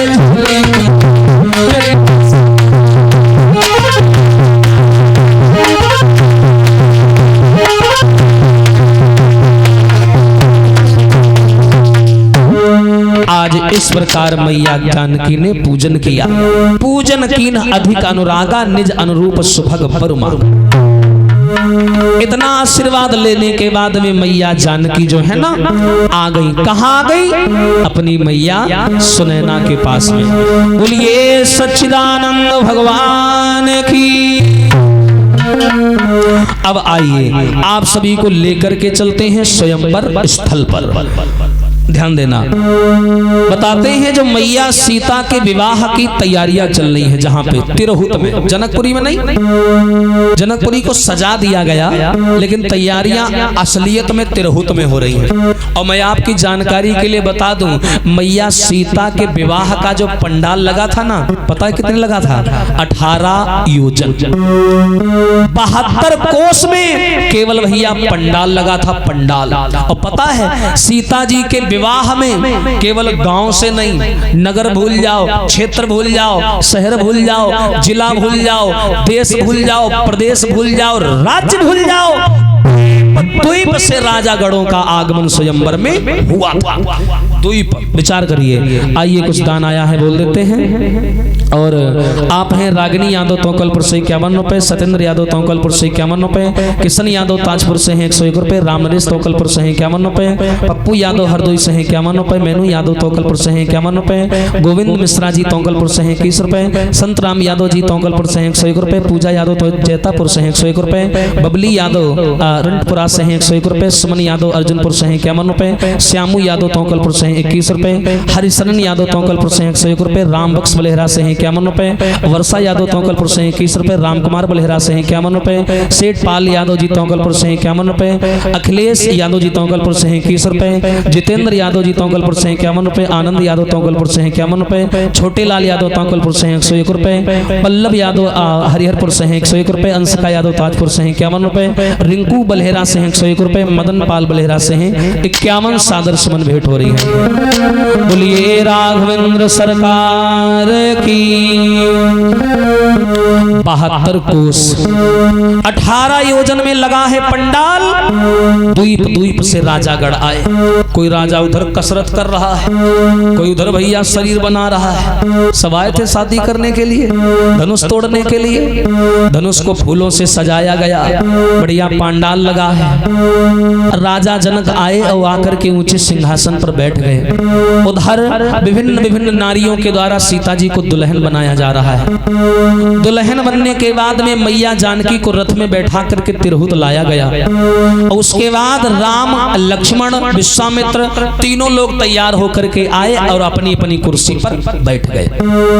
राजा जनक ने देखा एक से एक सुंदर बड़ी बड़ी मूछें रखाए भैया राजकुमार आए थे, एक से एक बलवान, द्वीप द्वीप से। 72 कोस, अंदाजा लगाओ कहां तक होगा। हाँ, एक कोस 3 किलोमीटर का होता है, सोच लीजिए 72 कोस, इतना विशाल प्रांगण। और जो स्वयंवर शुरू हुआ, राजा जनक आकर के आसन पर बैठ गए और एक ऊंचा शंख बजाया गया और स्वयंवर को शुरू किया गया। और जैसे स्वयंवर शुरू हुआ, तुरंत तुलसीदास जी ने लिखा कि मैया जानकी जयमाला लेकर के सभा में आई। तो रंग भूमि और जब सिए पगुधारी, तो देख रूप मोहे नर नारी। अब देखो तुलसीदास जी को क्या लिखा कि रंग भूमि में जब सीता जी जयमाला लेकर आई, तो सीता जी को देख करके नर नारी मोहित हो गए। और वही तुलसीदास आगे लिखते हैं कि मोहे न नारी और नारी के रूपा और पन्नगारी यह रीति अनूपा। वही तुलसीदास कहते हैं कि एक तरफ कहते हैं नारी को देखकर नारी मोहित हो जाती है, और दूसरी तरफ कहते हैं कि नारी को देखकर के नारी मोहित नहीं होती। अब बताओ, आइए इसी में अर्थ को ढूंढते हैं। चौपाई लिखती है कि रंग भूमि जवसी पगुधारी, पगुधारी शब्द पर ध्यान दीजिए। पगुधारी नाम है भगवान रामचंद्र जी का। कैसे? अरे जब से नारी और अहिल्या तारी, तब से नाम पड़ो पगुधारी। दूसरी ले, अरे भृगु ने लात और छाती पर मारी, और तब से नाम पड़ो पगुधारी। भृगु ब्राह्मण ने जब विष्णु जी के लात मारी थी सीना पर, तो नाम पड़ गया था पगुधारी, पैरों के निशान बन गए थे। इसीलिए पगुधारी नाम है रामचंद्र जी का। और रामायण जो चल रही है वो अतीत का वर्णन कर रही है। अतीत में इनका नाम पगुधारी है, वर्तमान में राम है, तो अतीत की बात हो रही है। अर्थात रंगभूमि में सीता नहीं आई, रंगभूमि में जब सीता के पति पगुधारी राम आए, तो सीता को नहीं राम को देखकर देखी रूप मोहे नर, राम को देख करके नर और नारी मोहित हो गए, सीता जी को नहीं। हाँ भैया, अब स्वयंवर शुरू हुआ। सीता जी जयमाला लेकर आई, सब लोग आराम से बैठ गए, शंख बजा, स्वयंवर शुरू हुआ। तो यहाँ पर दो आदमी बिना बुलाए आ गए। कौन? एक रावण, एक बाणासुर। हाँ, और ये दोनों आ गए। और जैसे ये दोनों आए तो रावण एकदम चिढ़ गया, ए बाणासुर भूल गए का? क्यों, क्या भूल गए? इन दोनों के बीच में काना फूसी हुई, और का काना फूसी हुई कोई नहीं जान पाया। अब कान की बात कौन जाने? वहां से बाणासुर कुछ सुनकर के चला गया रावण की बात। रावण बचा अकेला, और उसी सभा में घुसा जहां पर धनुष यज्ञ चल रहा था। और जैसे ही रावण धनुष यज्ञ की सभा में आया, जो राजाओं ने देखा, बोले ले भैया ये हुआ गवा, अब हमका तुमका कौन मिल पाई मौका, यह टोरी फेंक दे है इसी कोने में ही, हमारा तुम्हारा नंबर ही नहीं आएगा।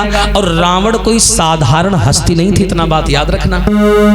रावण मरे तो राम जी की इसमें ताकत नहीं है, इतना याद रखना। रावण मरा तो विभीषण की वजह से मरा, इतना याद रखना। लकड़ी के कटने का कोई किस्सा ना होता अगर कुल्हाड़ी के पीछे लकड़ी का हिस्सा ना। रावण मरा तो अपने भाई की वजह से मरा, याद रखना। आओ मैं आपको ये दृष्टांत बता देता हूँ। रावण कोई साधारण चीज नहीं था। जब राम और रावण की लड़ाई हुई थी तो रावण अधमरा जमीन पर पड़ा था, अधमरा। तो राम ने लक्ष्मण से कहा ऐसा करो लखनलाल चले जाओ, रावण प्रकांड विद्वान है, नीति शास्त्र का कर्म कांडी ब्राह्मण है, 10 दिशाएं उसके घर में गुलामी करती थी। काल को पार्टी में बांध रखा था रावण ने, बहुत विद्वान ब्राह्मण था रावण, लेकिन हार गया बस जरा से अहंकार की वजह से। हाँ, रावण जमीन में अधमरा पड़ा था। राम बोले लक्ष्मण से, लक्ष्मण चले जाओ, रावण से कुछ ज्ञान ले आओ। बहुत बड़ा ज्ञानी है रावण, उससे बड़ा कोई ज्ञानी नहीं है दुनिया में। और राम जानते हैं कि मैं रावण को इसलिए मार पाया विभीषण की वजह से, ये तो मैं भी नहीं मार पाता, राम को पता था। हाँ, लक्ष्मण गए रावण के पास और घमंड के मारे सर के पास खड़े हो गए। रावण बोला ही नहीं। लक्ष्मण लौट के आए, बोले भैया वो तो बोल ही नहीं रहा है। राम बोले तुम खड़े कहाँ थे? बोले सर के पास खड़े थे। राम जी बोले पागल हो, किसी से कुछ लिया जाता है तो छोटा बन के लिया जाता, बड़ा बन के ले लिया जाता, वो ब्राह्मण है, सम्मान करो। तो लक्ष्मण गए पैरों की तरफ खड़े हो गए और दोनों हाथ जोड़े, बोले रावण भैया तुम तो दुनिया छोड़ के जा रहे हो और बड़े विद्वान हो, ऐसा करो जाने से पहले 2 चीजें कुछ हमें भी ज्ञान दिए जाओ। तो रावण कराहते हुए बोला, खून गिर रहा था नाभि से, बाण लगा था नाभि में। रावण कराहते हुए बोला लखनलाल अब शरीर में इतनी ताकत नहीं है कि मैं नीति शास्त्र का वर्णन करूं। अब तो मैं जा रहा हूं दुनिया से, लेकिन जाने से पहले मैं 2 बातें तुमसे कह के जाऊंगा। जानते हो लक्ष्मण तुम क्यों जीत गए हमसे? लक्ष्मण बोले क्यों जीत गए? रावण बोला तुम्हें मालूम है क्यों जीते? लक्ष्मण बोले मैं इसलिए जीत गया क्योंकि मेरे भैया भगवान भगवान हैं, तुम पापी थे तो हार गए। रावण बोला नहीं, अरे ऐसे हजारों भगवान आ जाते फिर भी रावण का बाल बांका नहीं कर पाते। ये रावण के शब्द है रावण संहिता में। रावण बोला कि तुम इसलिए जीत गए लक्ष्मण क्योंकि तुम्हारा सगा भाई तुम्हारे साथ था, और मैं इसलिए हार गया क्योंकि मेरा सगा भाई मेरे खिलाफ था। याद रखना, इसलिए मैं हार गया। और दूसरी बात लक्ष्मण, अगर जीवन में कोई अच्छा काम करने का मन हो तो देर मत करना, तुरंत कर देना। क्यों? मैंने सोचा था लंका में मैं क्षीर सिंधु ले आऊंगा, और लंका से लेकर स्वर्ग तलक जाने का मार्ग बनाऊंगा। मैंने सोचा था लंका में मैं क्षीर सिंधु ले आऊंगा और लंका से लेकर स्वर्ग तलक जाने का मार्ग बनाऊंगा, लेकिन उससे पहले मैंने बुरा कदम उठा दिया, जगत जननी मैया सीता का हरण कर लिया, और आज नतीजा तुम्हारे सामने है कि मैं दुनिया को छोड़कर जा रहा। वही रावण पहुंच गया सीता जी की सभा में, उसी रावण की बात कर रहा हूं मैं। वरुण देवता और जितने देवता घूम रहे झाड़ू लगाते थे उसके घर में, हाँ थर थर थर थर कांपते थे। रावण वो हस्ती था। रावण जैसी स्वयंवर में घुसा तो सब राजा लोग गर्दन डाल गए, बोले अब ले भैया अब तो ये तोड़ देगा। रावण चला धनुष के पास आया जहां धनुष रखा था। रावण ने देखा धनुष तोड़ने से पहले कि धनुष की डोर पर कुछ लिखा हुआ है। धनुष की जो डोर होती है उस पे कुछ लिखा हुआ है। क्या लिखा था? संस्कृत भाषा में लिखा है, जो हमारे आर्यावर्त की प्राचीन भाषा है, जिसे विद्वानों ने चौपाई में कन्वर्ट किया, परिवर्तित किया। क्या लिखा था धनुष की डोर पर? सुनिए। रावण ने पढ़ा, आरे धनुष, उस धनुष की डोर पर लिखा है। और रावण ने पढ़ा, क्या लिखा था? अरे तोरई धनुष और पिता मर जाई, और नारी संगपन बिचर ही जाई।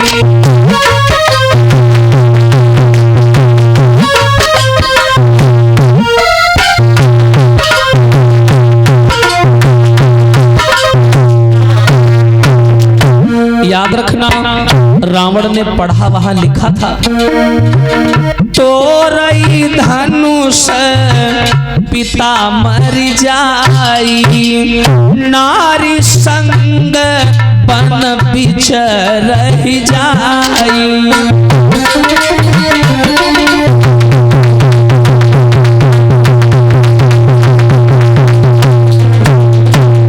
याद रखना, रावण ने पढ़ा, धनुष की डोर पर लिखा था कि इस धनुष को जो तोड़ेगा उसके पिता का देहांत हो जाएगा, नारी के चक्कर में उसे बन बन भटकना पड़ेगा।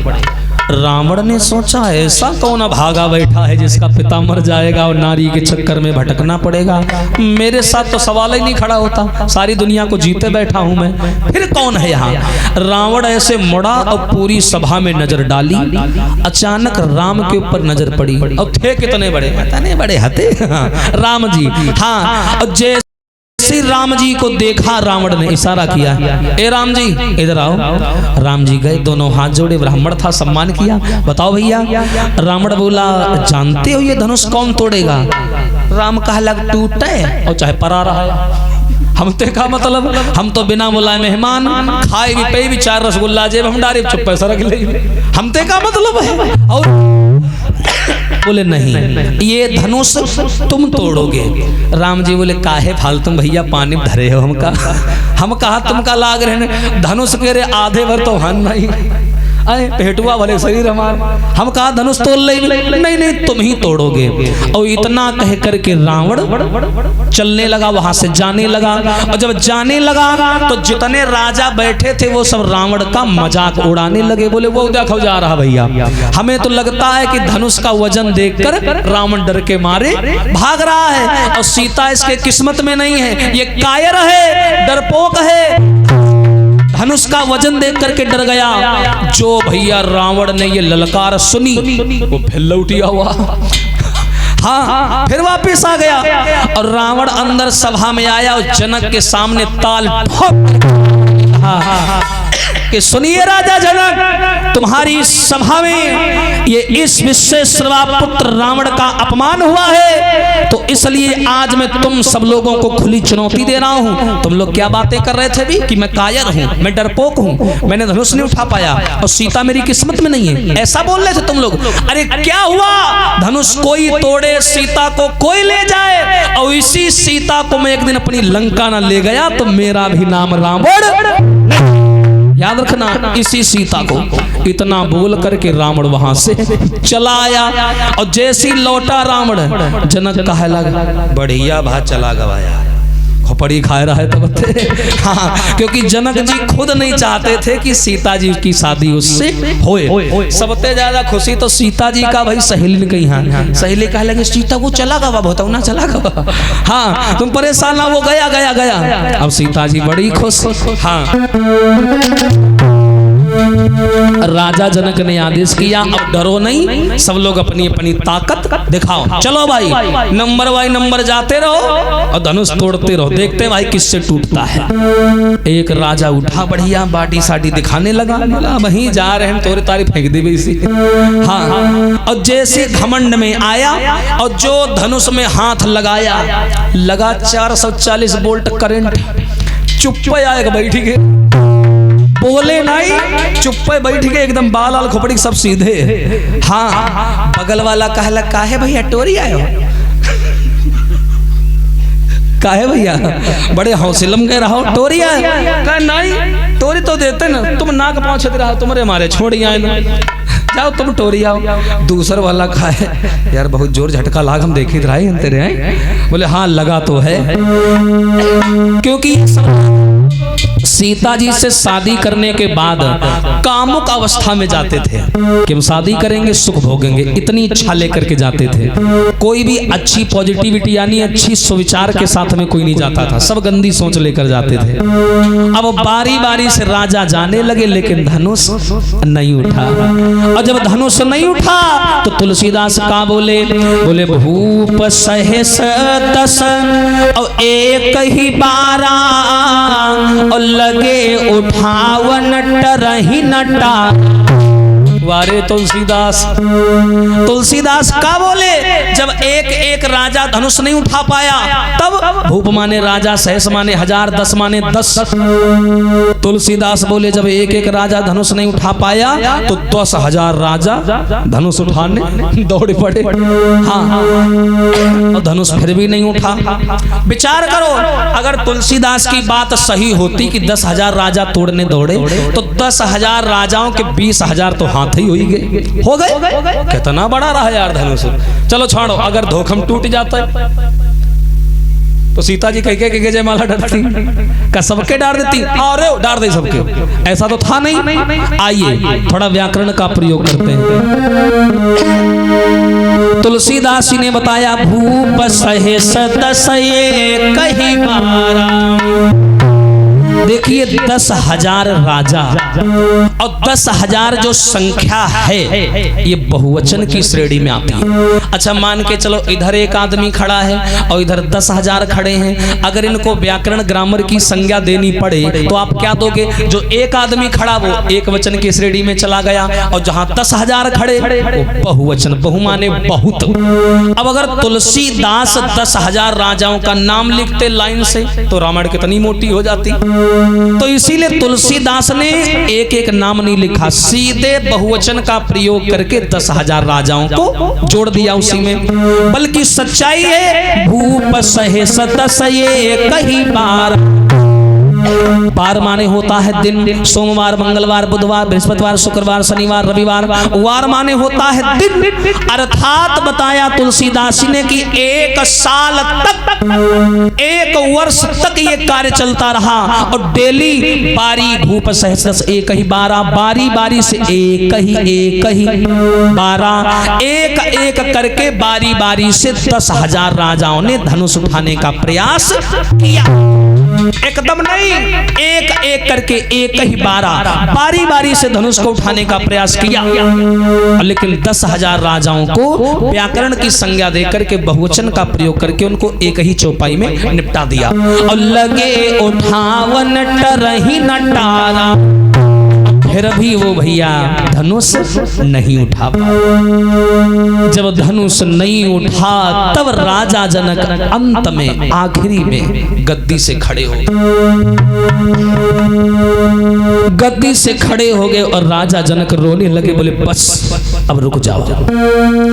अरे मारी लली रही और बिरथा पैज धनुष की ठानी, क्वारी लली रही बिरथा पैज धनुष की ठानी।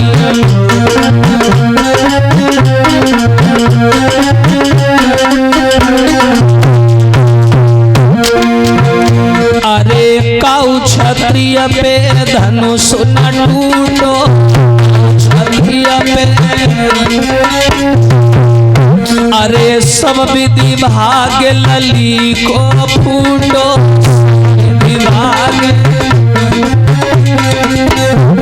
के हमारी हंसी भई, अरे बिरथा पैज धनुष की ठानी।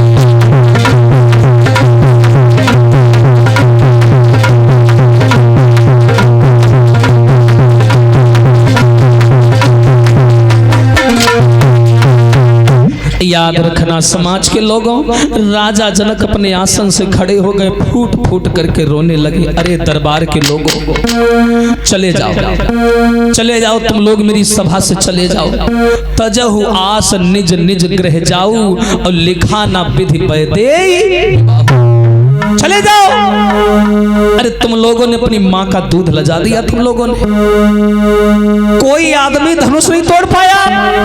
ओ देश देश के राजाओं, हम किसे कहें बलशाली हैं, और हमने तो केवल जान लिया पृथ्वी वीरों से मैं जान गया। अब को जन भाखे भटमानी और वीर विहीन मही मैं जान, हमें जान गया धरती पर कोई वीर नहीं। भैया जो ये शब्द सुने, राजा जनक की बातें सुनकर के सबके चेहरा नीचे झुक गए, लेकिन शेषावतारी लक्ष्मण वहीं बैठे थे, खड़े हो गए। बात नहीं बर्दाश्त हुई। लक्ष्मण खड़े हो गए, आवाज लगाइए, छना। क्या कहा तुमने? भैया जो लक्ष्मण धर के चिल्लाए, सब राजा लक्ष्मण की ओर देखने लगे, इसको क्या हो गया? लक्ष्मण बोले, क्या कहा तुमने? एक बार फिर कहना। धरती पर कोई वीर नहीं है? इस छोटे से धनुष के लिए तुमने हम रघुवंशियों को ललकार दिया। एक बात कहूं जनक, छोटा मुंह बड़ी बात कह रहा हूं, ये धनुष तो बहुत छोटी बात है। यदि आज्ञा गुरु की पाए जावे तो ब्रह्मांड को अब हिलाई डाले।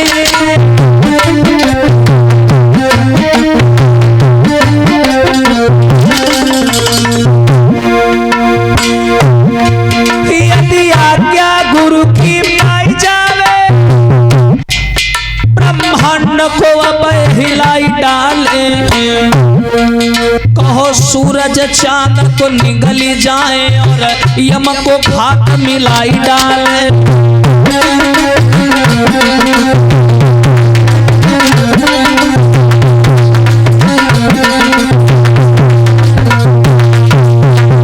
लक्ष्मण बोले, तुम नहीं जरा से धनुष के लिए हम लोगों को ललकार दिया? अरे ये धनुष तो बहुत छोटी बात है। अगर गुरुजी आज्ञा कर देना तो पूरे ब्रह्मांड को फुटबॉल की गेंद की तरह उछाल दूंगा, ध्यान रखना। जो इतनी बात सुनी सब राजा बोले, ले 250 ग्राम की लड़ी का बात है, देखो इतनी बड़ी हाँ। एकदम विश्वामित्र खड़े भय, लक्ष्मण को डांटा। विश्वामित्र कहने लगे, बैठो लखन खामोश, ये काम तुम्हारा है नहीं, व्यर्थ बढ़ाते जोश। विश्वामित्र कहा लग, तुम्हारा कौन भी हुंजारा जो मारे उलर रहे हो? चुप बैठो, चुप। लक्ष्मण को बैठाया, लक्ष्मण शांत बैठ गए, लक्ष्मण को बिठाया और राम को उठाया और राम से कहा जाओ राम, अब तुम ही जाओ महाराज, अब तुम ही जो कर सकते हो कर सकते हो, अब किसी की बस की नहीं रही है। हाँ तुम जाओ, तुम धनुष तोड़ो। हाँ लक्ष्मण बोले हाँ भैया जाओ, जल्दी टोरो, जनकपुरी वाले ने पुराना हिसाब किताब बराबर करना है हमको, तुम जाओ जल्दी तोड़ के आओ। अब राम जी चले। देखिए राम जी का शिष्टाचार कितना प्रबल है। सुनी गुरु बचन चरण सिरुनावा और हरस विषाद न कछु उर आवा। गुरु जी का वचन सुना और सबसे पहले चरणों में झुके, गुरु जी को प्रणाम किया और जो भी बूढ़े बुजुर्ग स्वयंवर में बैठे देखने आए हैं सबको प्रणाम किया, राजा जनक को प्रणाम किया। अब सोचो जब इतने लोगों को प्रणाम करोगे तो आशीर्वाद तो मिलेगा ही, है ना। सबने आशीर्वाद दिया, विजयी भव यशस्वी भव, जा। और राम जी जो धनुष तोड़ने चले, कन्याएं बोली बहना जा रहे हैं, वही देखो जा रहे हैं, हाँ वही जा रहे हैं। सीता जी बोली चुप पे रहा। लड़कियां बोली ये बताओ इतने बड़े बड़े राजा गए और धनुष तोड़ नहीं पाए, ये तुम्हारा 150 ग्राम का राम जी तोड़ ले। सीता जी बोली गलत सलत ना बोलो, अच्छा बोलो, और तुम सुनो सब जनी, अपने अपने देवी देवता मनाओ ताकि राम जी धनुष तोड़ दे। अब सगरी कन्याएं हाथ जोड़े कि राम जी धनुष तोड़ डाले, निवेदन करें हे जखई बाबा, राम जी धनुष तोड़ डाल रहे हैं, हे बरम बाबा राम जी धनुष तोड़ डाल रहे हैं, कहिया मैया। ये हमारे इधर चलती हैं, तुम्हारे इधर कन्नौज साइड नहीं बोला जाता होगा, हमारे इसी पूजा होते हो कहिया मैया के। हाँ सब मनाने लगी। जब मनाने लगी, अच्छा मैया सीता भी हाथ जोड़े हैं, धक धक धक धक धड़कने हो रही हैं, बस भगवान टूट ही जाए, कैसे टूट ही जाए। और कन्याएं या का की खोले झांकी लेती है, भाई टूट कि नहीं टूट। हाँ राम जी आए धनुष के पास में। अच्छा धनुष पर कौन बैठा है? भोले बाबा, इसीलिए कोई तोड़ नहीं पा रहा था। और रावण का भोले बाबा से तगड़ा कनेक्शन था, इसीलिए सब राजा कांप गए थे कि यो भैया चेला गुरु संग है, धनुष जाइए टूट। हाँ इसीलिए और राम आए और झुक कर के धनुष को प्रणाम कर लिया। और जैसे प्रणाम किया भोले बाबा मुस्कुराने लगे, बोले बताओ अतनी दिन ते स्वयंवर चल रहा, 1.5 साल हुन जा रहा, भाई लोग कोई इज्जत नहीं दीन है से हम कहा, जौन बाबा को बखौरा टाइट कही रहा, कोई कुछ टाइट कही रहा, अकेले तुम ऐसे आयो जो हमका कम से कम सर झुका के प्रणाम तो किया, कम से कम सम्मान तो किया। राम जी बोले सोच लो हम फेरी फंडम कुछ करी तो नहीं है, अगर हमने प्रणाम किया है तो बदले में हमें भी कुछ चाहिए। भोले बाबा बोले बताओ क्या चाहिए? राम जी बोले कुछ नहीं, पहले तुम ऐसे घूमी हो जाए, आई पर तेरे हटाओ धनुष पर जो लदे बैठा हो, इससे हटो और थोड़ी देर कहूँ टहला जा करके। भोले बाबा बोले अगर हम जाइबे तुम तोड़ डरी हो, हाँ अगर तुमने तोड़ दिया तो उनको जवाब हम कहां से देंगे? कौन? भृगुपति परशुराम। बोले उनको हम क्या जवाब देंगे? बोले उनकी चिंता ना करो, उनके खातिर हमारा छटक्का भाई काफी है। हाँ बोले उनकी टेंशन ना लो तुम, वो बैठा है उसकी चिंता ना करो, तुम बस हटो जाओ, अरे घूम आ जाओ इसी कैलाश पर, बोलो टहल आ जाए, यहाँ की बूटी जड़ी आ जाए, जाओ। हाँ भोले बाबा धनुष से हट गए और जैसे धनुष से हटे अब वो धनुष जो था नॉर्मल हल्का साधारण हो गया, जैसे गांव में नहीं हम लोग बना के खेलते हो, बिल्कुल साधारण आम धनुष हो गया। और राम ने क्या किया बताया, लेत चढ़ावत और खींचती गाढ़े काहू न लखा देखी सब ठाड़े।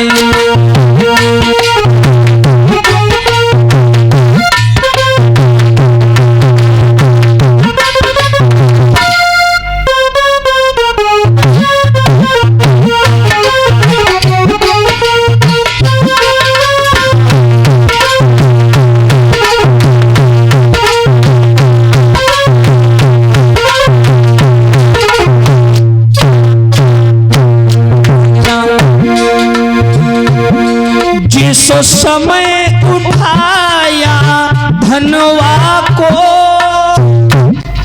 बिजली सी कड़क उठी क्षण में और रघुनंदन जी के हाथों से और टूटा वो धनुष फिर क्षण भर में। राम जी ने धनुष को उठाया, लेत चढ़ावत खैंचत गाढ़े, यहाँ गाढ़े शब्द आया। अब काहू न लखा, इसका मतलब क्या है? तुलसीदास कहते हैं कि जब राम ने धनुष तोड़ा कोई देख ही नहीं पाया। अब इसका असली अर्थ क्या है? देखो, जब और लोग धनुष को उठाने जाते थे तो ताकत लगाते थे, और जब आदमी ताकत लगाएगा तो अठन्नी चवन्नी जैसा मुंह तो बनाएगा। हाँ, दम लगाता है ना आदमी जब ऐसे करके। हाँ, लेकिन राम जी गाढ़े, गाढ़े का अर्थ होता है कठिनाई। जब अन्य राजाओं ने धनुष को उठाया, उनको उठाने में कठिनाई हुई, पर जब राम ने उठाया तो वो कठिनाई उनको नहीं हुई। ऐसे उठा लिया जैसे 1 रुपए का सिक्का कोई उठा लेता है, बड़ी सरलता से। रघुनंदन जी के हाथों से अरे टूटा वो धनुष फिर क्षण भर में।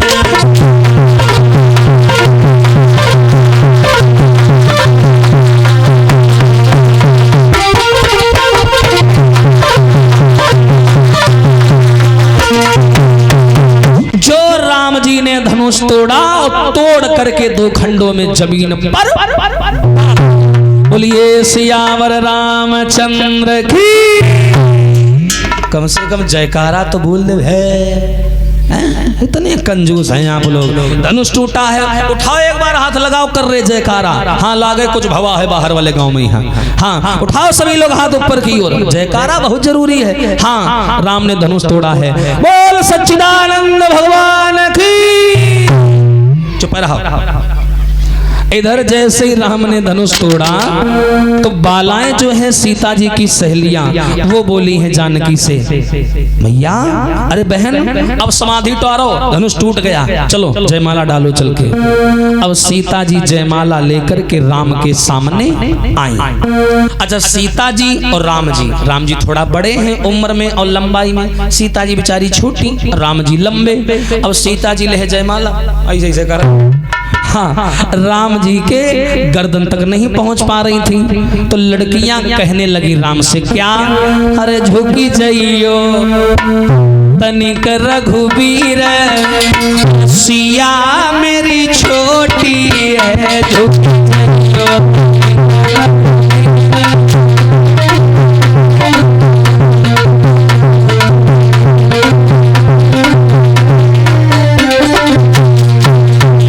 थोड़ा झुक जाओ। अच्छा, इनको छोड़ो। जैसे ही राम ने धनुष तोड़ा, लक्ष्मण ठाड़ भय और बाह समेटे लागे। अब आओ, अब हुई गई रिश्तेदारी। और अब अगर कौनो अवे तवे की में से जनकपुरी में यहाँ अब हो जाए लड़ाई। अच्छा, ये हर जगह देखने को मिलता है। अगर किसी पिता के 2 लड़का हैं और बड़ा वाला पुलिस में लग जाए, छोटा वाला गांव में रहेगा, फुल गुंडागर्दी करेगा, फुल करेगा, वो दबेगा नहीं कि हाँ समझ रहे हो भैया पुलिस में टंगवा दे तुमका। और वही हाल लक्ष्मण जी का। लक्ष्मण बोले बड़े वाले भाई ने धनुष तोड़ दिया तो हम डरे क्यों? और छोटे वाले भाई को क्या बोला जाता है मामा, जो दूल्हे का छोटा भाई होता है? सहवाला।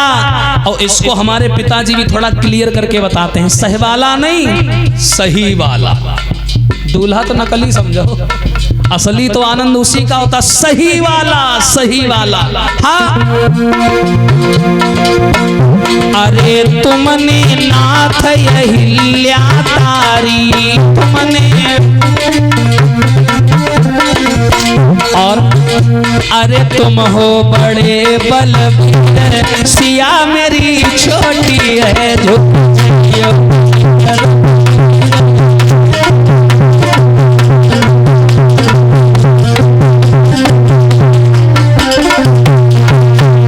ऐसा करो हे रघुकुल शिरोमणि, हे राघव, जरा नहीं, थोड़ा नहीं, ज्यादा नहीं, थोड़ा सा झुक जाओ। सीता जी छोटी है ना, जयमाला पड़ जाएगा। अच्छा राम जी बड़े सरल आदमी हैं, कोई कुछ कहता है हाँ अच्छा हो चाहे बुरा, हाँ ठीक है भाई, बहुत सीधे आदमी।